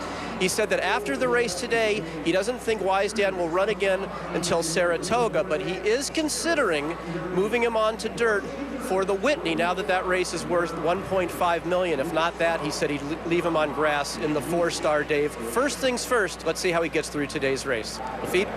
Wise Dan, Jerry, the discussion about potentially switching from grass to dirt. Why, if it ain't broke, don't fix it. Why is Charlie Lopresti thinking about moving him to race on dirt? Because there's precedent. He got beat ahead in a Grade 1 here on the dirt.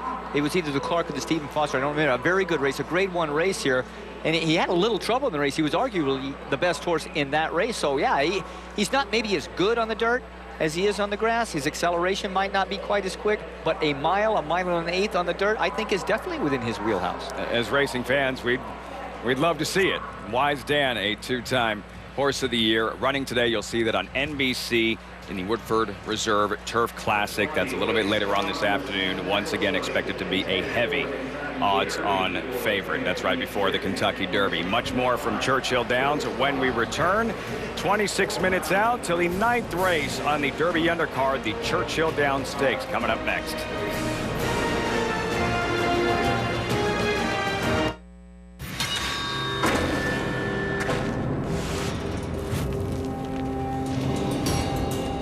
Momentum has a way of quietly exploding onto the scene. The new Ram 1500 Eco Diesel with 28 highway miles per gallon, 420 pound-feet of torque. Guts, glory, Ram. See how exciting being part of this year's Kentucky Derby can be at twinspires.com. We make signing up and playing the big race easy. Tune in to the Derby Saturday, May 3rd at 4 p.m. Eastern on NBC and experience the most exciting 2 minutes in sports.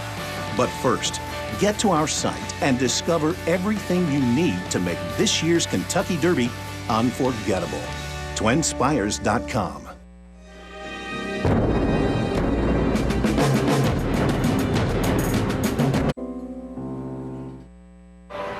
California Chrome, really that good? We're back live in Louisville, Kentucky at Churchill Downs. Packed house, more than 150,000 expected for the 140th Run for the Roses. On the first turn, alongside Jerry Bailey, I'm Lafitte Pinkai as we revisit some of the major storylines heading into the first jewel of this year's Triple Crown. It is California Chrome. He was 5-2 on the morning line, now a 2-1 favorite. Jerry, is he really that good? Yeah, he is that good. I mean, his last 4 races, all wins leading up to this Kentucky Derby, have been dominant. He's been talented. He's impressed me. He's impressed many others. He not only wins, he wins with authority. The only thing is he's not perfect. He has a little bit of an Achilles heel. He doesn't always break well. And from the 5 post for a speed horse, if he does not break well, it presents a whole myriad of problems for his jockey, Victor Espinosa, who has enough pressure on him anyway with being on the favorite. So it's not a done deal, but if he were able to break well and be able to get in that attending position up near the lead, not on it, but near it, he's going to be awfully difficult to beat. To get a horse to break better from a starting gate, is that a trainer's responsibility that he can work on? Is there anything you can do as a jockey in the saddle, in the starting gate, to ensure that a horse breaks sharp? It's not that he does anything all that wrong. He gets in the gate and he just rocks back and forth. He moves side for side a little bit. He rocks back and forth. And listen, they weigh about 1,000, 1,100 pounds, so there's not a lot you can make them do. You can try and keep them calm, but you hope that when the gates open, he's not going backwards. He's either stable or stepping forward, and he's done all those. Today, Victor Espinosa hopes he's at least still or stepping forward. Where in a perfect world would Team California Chrome, with Perry Martin, Steve Coburn, his owners, trainer Art Sherman, where do they want to see Victor Espinosa and Chrome placed early in the race? Well, even if he does break well, there's other speed horses in the race. So what Victor Espinosa would like to do in a perfect world is let the other speed horses, not far in front of him, a length maybe, go on, and Victor can work his way out into the clear, because California Chrome has shown that he does not like a lot of dirt in his face. So ideally, Victor Espinosa would like to go on by the stands the first time, right behind the first flight of horses, and then moving him to the outside where he's in a stalking position in the 3 or 4 or 5 path, something like that, as he hit the first turn. The hockey game is over in Boston. Boston defeating Montreal. So we're going to be joined by the hockey audience as we step aside momentarily.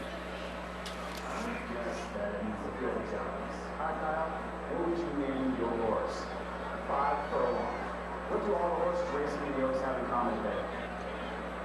They're all winners in their own hearts.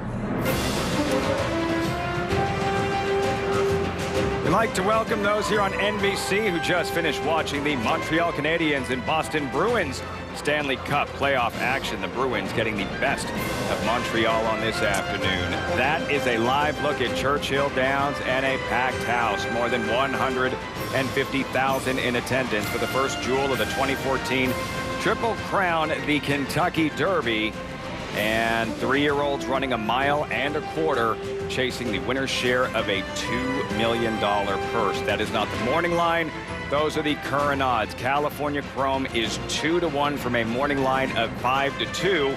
He has been absolutely brilliant this year, not only winning his races, but winning his races in devastating fashion. In fact, 24-plus lengths, the margin of victory for his last 4 victories. He has been an absolute machine. On the first turn here at Churchill Downs, alongside Hall of Fame jockey Jerry Bailey, I'm Lafitte Pinkai. So the story is California Chrome going in. No Calbred has won a Kentucky Derby since decidedly in 1962. So perhaps a Calbred is due, Jerry Bailey. Is California Chrome the right horse to end that long drought for Calbreds? If all goes well with him, just like any other horse in the Kentucky Derby, you need to have a little luck. And yes, California Chrome's been dominant. I mean, the 4 wins that he's had in recent times proves that. His flesh looks good. He's trained really well here at Churchill Downs. But as we mentioned earlier, he's got a gait issue. He doesn't always break well. And if he doesn't break well, then no, he's not 2 or 3 lengths better than this field. It's very wide open. Horses like Wicked Strong, Danza, Candy Boy, you know, there's a slew of horses. I think if you put 8 horses in a basket and pulled one out, it wouldn't surprise me if they won the race if California Chrome doesn't get out of the gate well. Now, for every Boston Bruin fan watching, every Red Sox fan, every Patriot fan, every Boston Screaming Eagle fan, every Celtic fan, this is the horse you're going to want to root for. His name is Wicked Strong. The horse can flat out run, Jerry, but what makes him that much more intriguing is the story that goes with his name. Yeah, he's owned by a syndicate called Centennial Farms, who's located in Massachusetts, and they tried to name this horse Boston Strong. That name was already taken, so they went to Wicked Strong in tribute to the Boston Marathon of last year and the people around it. Now, He's lived up to his name because his win in the Wood Memorial coming from mid-pack with that strong run down the stretch was wicked strong. The only obstacle he's got really is the post. He's in the far outside, the number 20, but comes from post 19 because there was a scratch earlier this week. How will his jockey, Rajiv Mirage, merge his way into traffic as he goes down the stretch the first time and heads toward the first turn? If he's too wide into the first turn, he gives up valuable links and probably isn't good enough to overcome it. If he's able to merge in and let's say be in the 3 path by the time he gets to the turn, he's got traffic to deal with. He's got maybe 14, 15 other horses to navigate through. But good horses do those kind of things. He's certainly used to it. He runs like that, so it's not going to bother him. But he, again, needs some luck. Rajiv Mirage finished third in the Kentucky Derby 3 years ago on Mucho Macho Man, the year Animal Kingdom won. Speaking of riders, you have the high-riding Rosie Napravnik. All she did was win her second Kentucky Oaks yesterday with Untappable.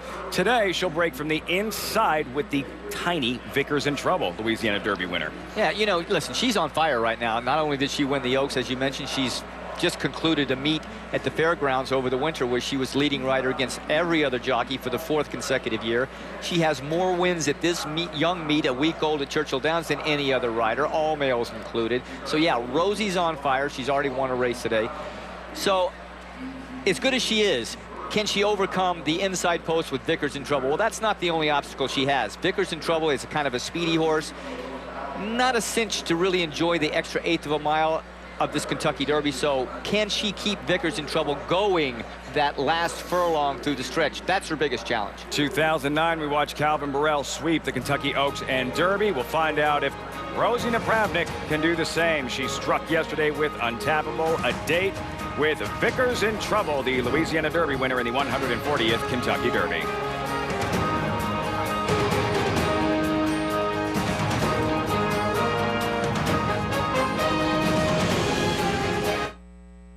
On the first Spanish Grand Prix, live on NBCSN. $1997, a thriller in the Kentucky Derby. The gray colt, Silver Charm, Gary Stevens in between horses, free house to his inside. Captain Bodgett coming with giant strides, but it was Silver Charm's heart that separated him from Captain Bodgett and winning the Run for the Roses with Hall of Fame jockey Gary Stevens. Stevens here today at Churchill Downs. He's about to ride Broadway Empire in the Grade 2 Churchill Downs Stakes. 51-year-old Stevens aboard Candy Boy this afternoon. He's won the Kentucky Derby 3 times, the last in '97. In 2005, he announced his retirement. After 7 years away, he decided to make a comeback last year, and what a year it was. It's the 139th running of the Kentucky Derby. Gary Stevens has come out of retirement. He'll be on the track with Oxbow in the Kentucky Derby. I'm in a way different mental place than I was last year going into the Kentucky Derby, because truly I was just happy to be back in the starting gate. Then you have Gary Stevens, who last rode his Kentucky Derby 8 years ago. Maybe a little rust on his boots. After I rode in it, man, my whole mental state changed. Down to the wire, Orb has won the Kentucky Derby. Having experienced the success I'd had throughout my career, I'm like, is this really why I came back? No. Come on, Gary, it's great that you were here, but you don't want to just compete. You want to win it. Gary Stevens, a 2-time Preakness winner, continues his return to the saddle. He and Oxbow looked good in the stretch at Churchill Downs, but wound up finishing in 6th place. They're into the stretch, and it's Oxbow. It's my lucky day tries to catch him late, but it's Oxbow and Gary Stevens to win the Preakness. For me to come back and win the Preakness, what a feeling.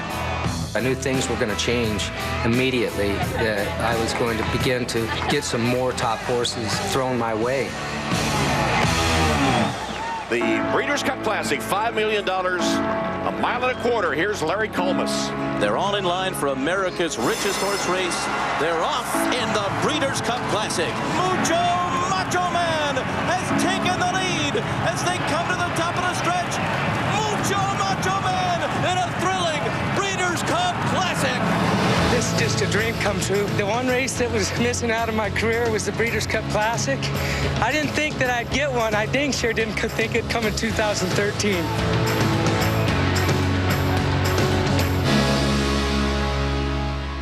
I don't know whether it was the 7 years I had away from the sport or maturity.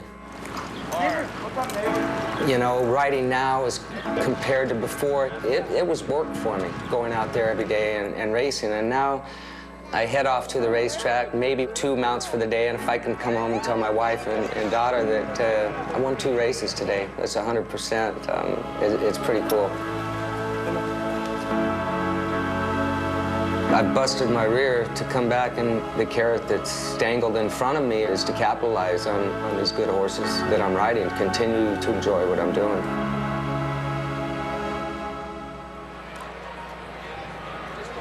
It's an unbelievable comeback. This would be like Troy Aikman stepping out of the booth after maybe 4 or 5 years of retirement and leading the Cowboys back to a playoff game. Jerry, you've been retired 8 years. Stevens was retired for 7. Could you imagine coming back and trying to ride every day? Personally, no. Listen, he's 5 years younger than I am, and you know, it's not so much the age. I retired at 48. He was 50. He's 50 now. When he came back, he's 51 now. So it's not really the age, but it was the amount of time off. 7 years without riding competitively. He weighed about 145 or 50 pounds. The weight, getting the weight off would have killed me. You know, so I got to, you know, not only did he do it, he came back, and as he said, at the highest levels. Very, very impressive. He's already won 1 race today, the American Turf with Global View. He will ride Candy Boy, Gary Stevens, who first won the Kentucky Derby with a filly, winning colors back in 1988, becoming only the 3rd filly in history to win the Derby. He struck with long shot Thunder Gulch for D. Wayne Lucas in 1995, and as you saw, was Silver Charm for Bob Baffert in 97. Stevens here. We have a post parade gearing up for the next live race at Churchill Downs on this undercard of the Kentucky Derby, the Churchill Downs Stakes. Real good sprinters you're going to see in this $400,000 event, starting with Capo Bastoni, trained by Todd Pletcher. Ridden by John Velasquez, who won this race in 2011 with Aconite. Capo Bastoni, translation, Mob Underboss. Been a little disappointing of late, 16-1. Number 2 clearly now for trainer Brian Lynch.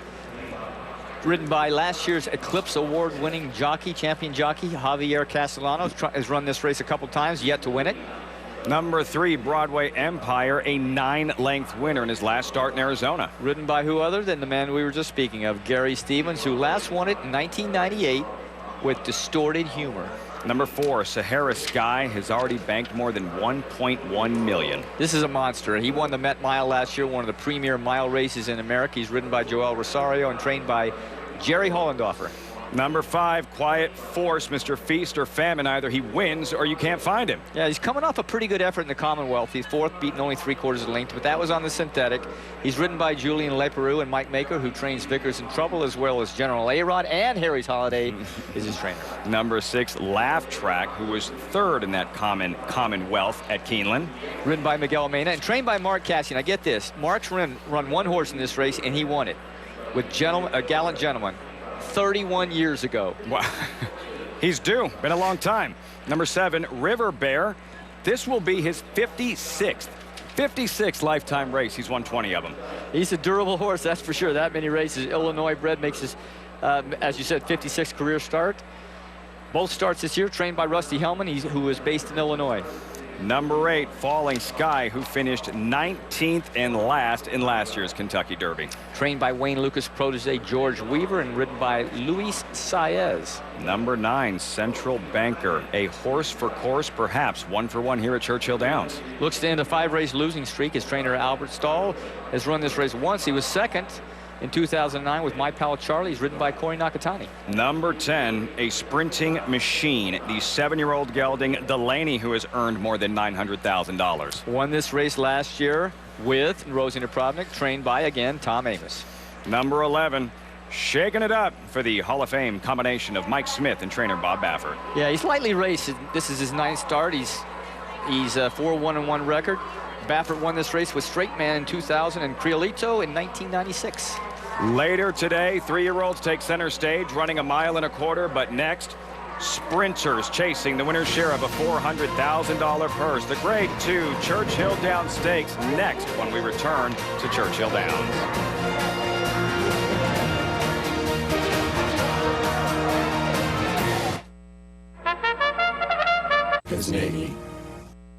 Yeah. Got it. Aerial coverage provided by Goodyear, the odds-on favorite for superior performance. Goodyear, more driven. It's the first Saturday in May. Could only mean one thing: Derby Day at Churchill Downs in Louisville, Kentucky. The roses. There will be a garland of roses around the neck of the winner for the fittest and finest of 3-year-olds on this afternoon. Pack house. 150,000 plus on hand to witness this springtime tradition that dates back to 1875. It is a gorgeous afternoon in Louisville. Temperature around 70 degrees, not a cloud in the sky, mostly sunny, and a fast main track for the Kentucky Derby.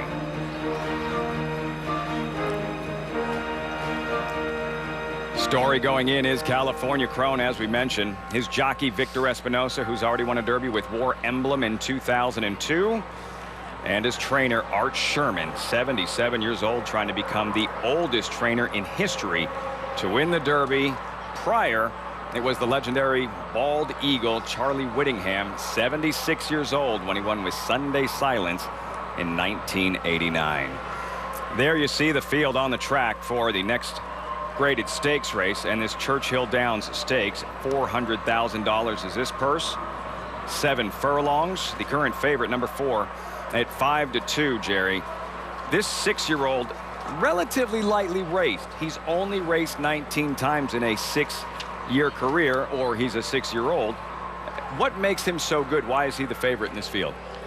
Because he's really, really good. I mean, he's fast, he's tractable. He comes from the clouds, which makes him very, very exciting. You know, listen, 3-year-olds this time of year get all the glory, and it's fun to watch them. But these older horses are really good. Sahara Sky, who's a great miler. He won the Metropolitan Handicap at a mile in New York last summer, coming from way back. He usually gets up right in the shadow of the wire. It's excitement. You know, you have horses that are really good at 6 furlongs. You add another 220 yards to 7 furlongs, and can they stretch that speed? You have horses that go a mile or so, and can they dial back and come running like Sahara Sky? It's just, you have it on both ends. The hero of last year's Kentucky Derby in the saddle, Joel Rosario. He won with Orb. Last year, he'll ride General A-Rod on this afternoon as we revisit the Kentucky Derby odds.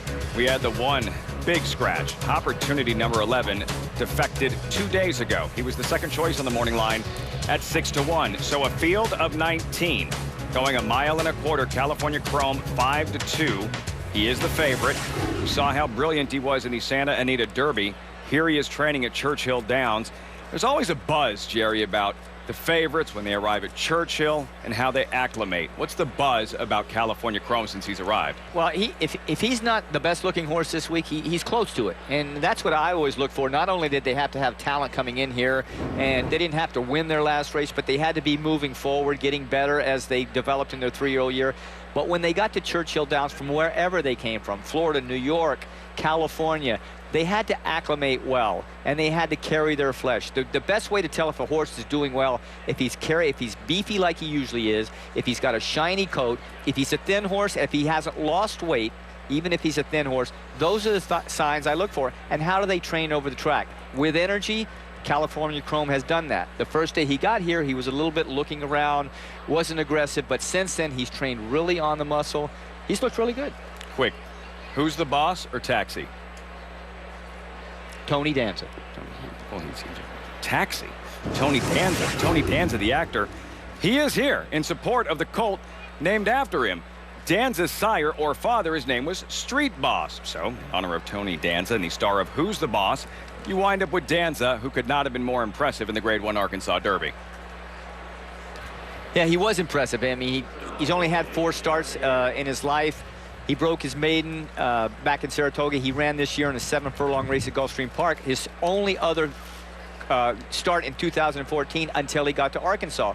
So thus he was overlooked. He went off at 41-1, and he won like a pro. He settled back just off the early pace. He came through an opening on the rail, and he won going away. Just what you want to see heading to the Kentucky Derby. The question is, does he have enough seasoning?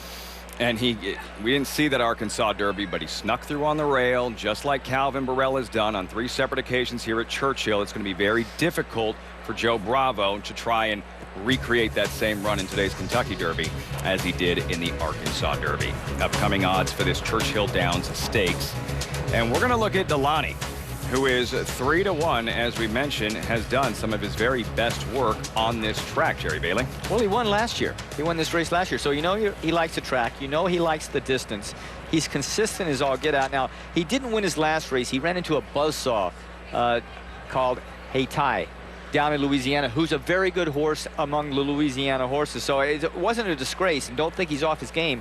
But to tell you how he likes his surface, he's run 4 times at Churchill Downs, and he's won all 4 of them. So, yes, he likes this racetrack. Delaney for owner Maggie Moss, trained by Tom Amos, a 7-year-old gelding who has won 15 times and is currently 3-1 as the horses make their way behind the starting gate. When you see him break, he will be up close. He doesn't have to be on the lead to win. He can settle just off of another horse, which might be Falling Sky in this particular race, number 8. He might set the pace, but Delaney won't be too far off it if he's on his game. And from what I've seen this year from his races, he's pretty much on his game. This does feel like a clash of sprint titans, Jerry, when you have Delaney and Sahara Sky. Sahara Sky, what would be the key for him to not only handle Delaney, but to win this Churchill Downs stake? Well, it's going to be traffic is his biggest challenge. Anytime you have a come up from behind horse like Sahara Sky or even Capo Bastone, who won the Derby trial here last year at 1 mile, came flying. Now, it's a little shorter race than that, so he might have to start his run earlier. But all come from behind horses either have to go wide, which they lose valuable ground, or they have to navigate through the traffic. Sahara Sky, trained by Jerry Hollendorfer, who dreamed of being here with his 2-year-old champion, Shared Belief, who was brilliant in 2013. Some physical issues. He did not make the Kentucky Derby or the road to the Kentucky Derby, but Hollendorfer does have Sahara Sky here, who is the 5-2 favorite. The purse $400,000, 7 furlongs the distance for this grade 2 Churchill Downs sprint. Any final thoughts, Jerry, as they get set for this $400,000 sprint stakes race? Sahara Sky is really good. He needs pace. You know, come from behind horses. I said they either have to go wide, navigate through traffic, but they also need a hot pace up front. And we're going to look at the break. If number 8, Falling Sky, goes out quickly with Delaney, there could be a fast pace. That's the race within the race. Voice of the Triple Crown, Larry Coleman's with the call, the Churchill Downs Stakes.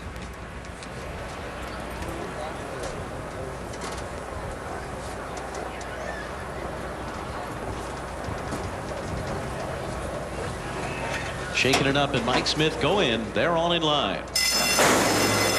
They're racing in the Churchill Downs Stakes.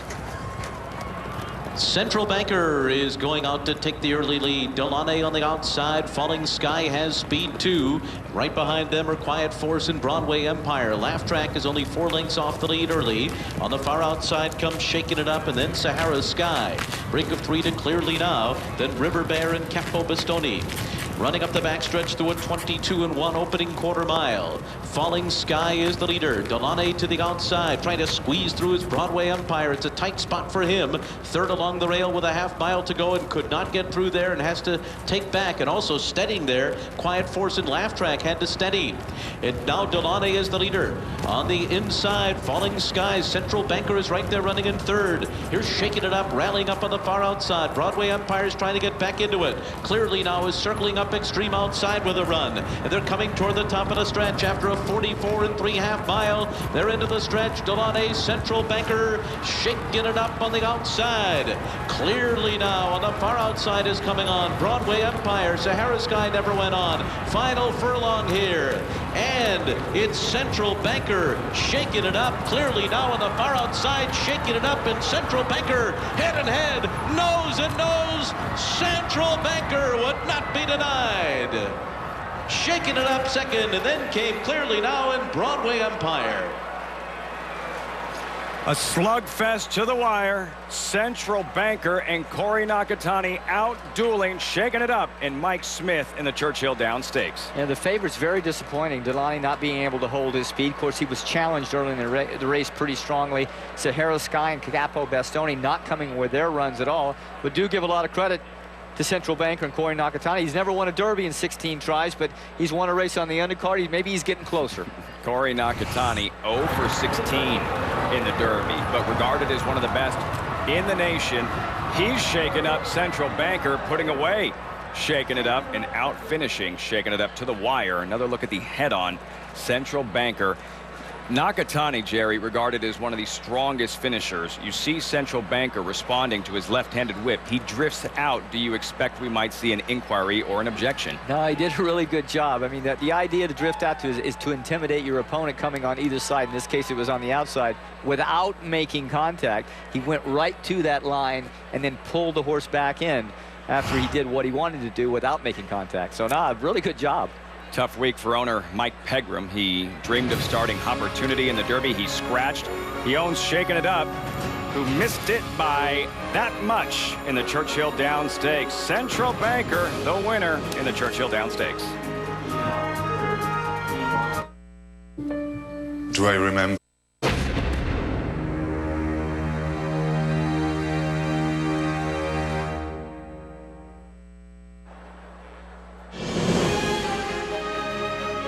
You're watching NBCSN's coverage of the Kentucky Derby, brought to you by TwinSpires.com.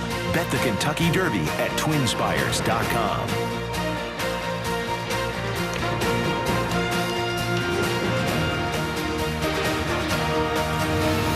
It's on.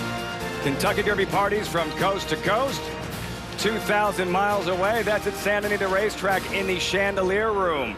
California Chrome, a California bred, and the pride of Los Alamitos in Cypress, California. That was Mrs. Kentucky. The hats are out, the ladies are out, the fans are out. 150,000 plus for the 140th Kentucky Derby. Results are available following that thrilling stretch duel in the Churchill Down Stakes. Central Banker in an upset.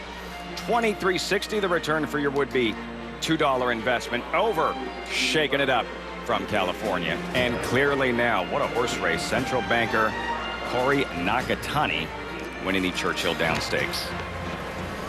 Jerry, normally leading up to the Kentucky Derby, you're watching these races, you're trying to get a gauge on how the track is playing. Is there a bias one way or the other favoring speed or closers that you've noticed just thus far? No, obviously it's going to be a fast track. I've seen it very fair all day. I think it's fair enough to say that speed horses up front have a chance to carry it, but if they do too much too early in terms of fastness early in the race, they're going to pay the price.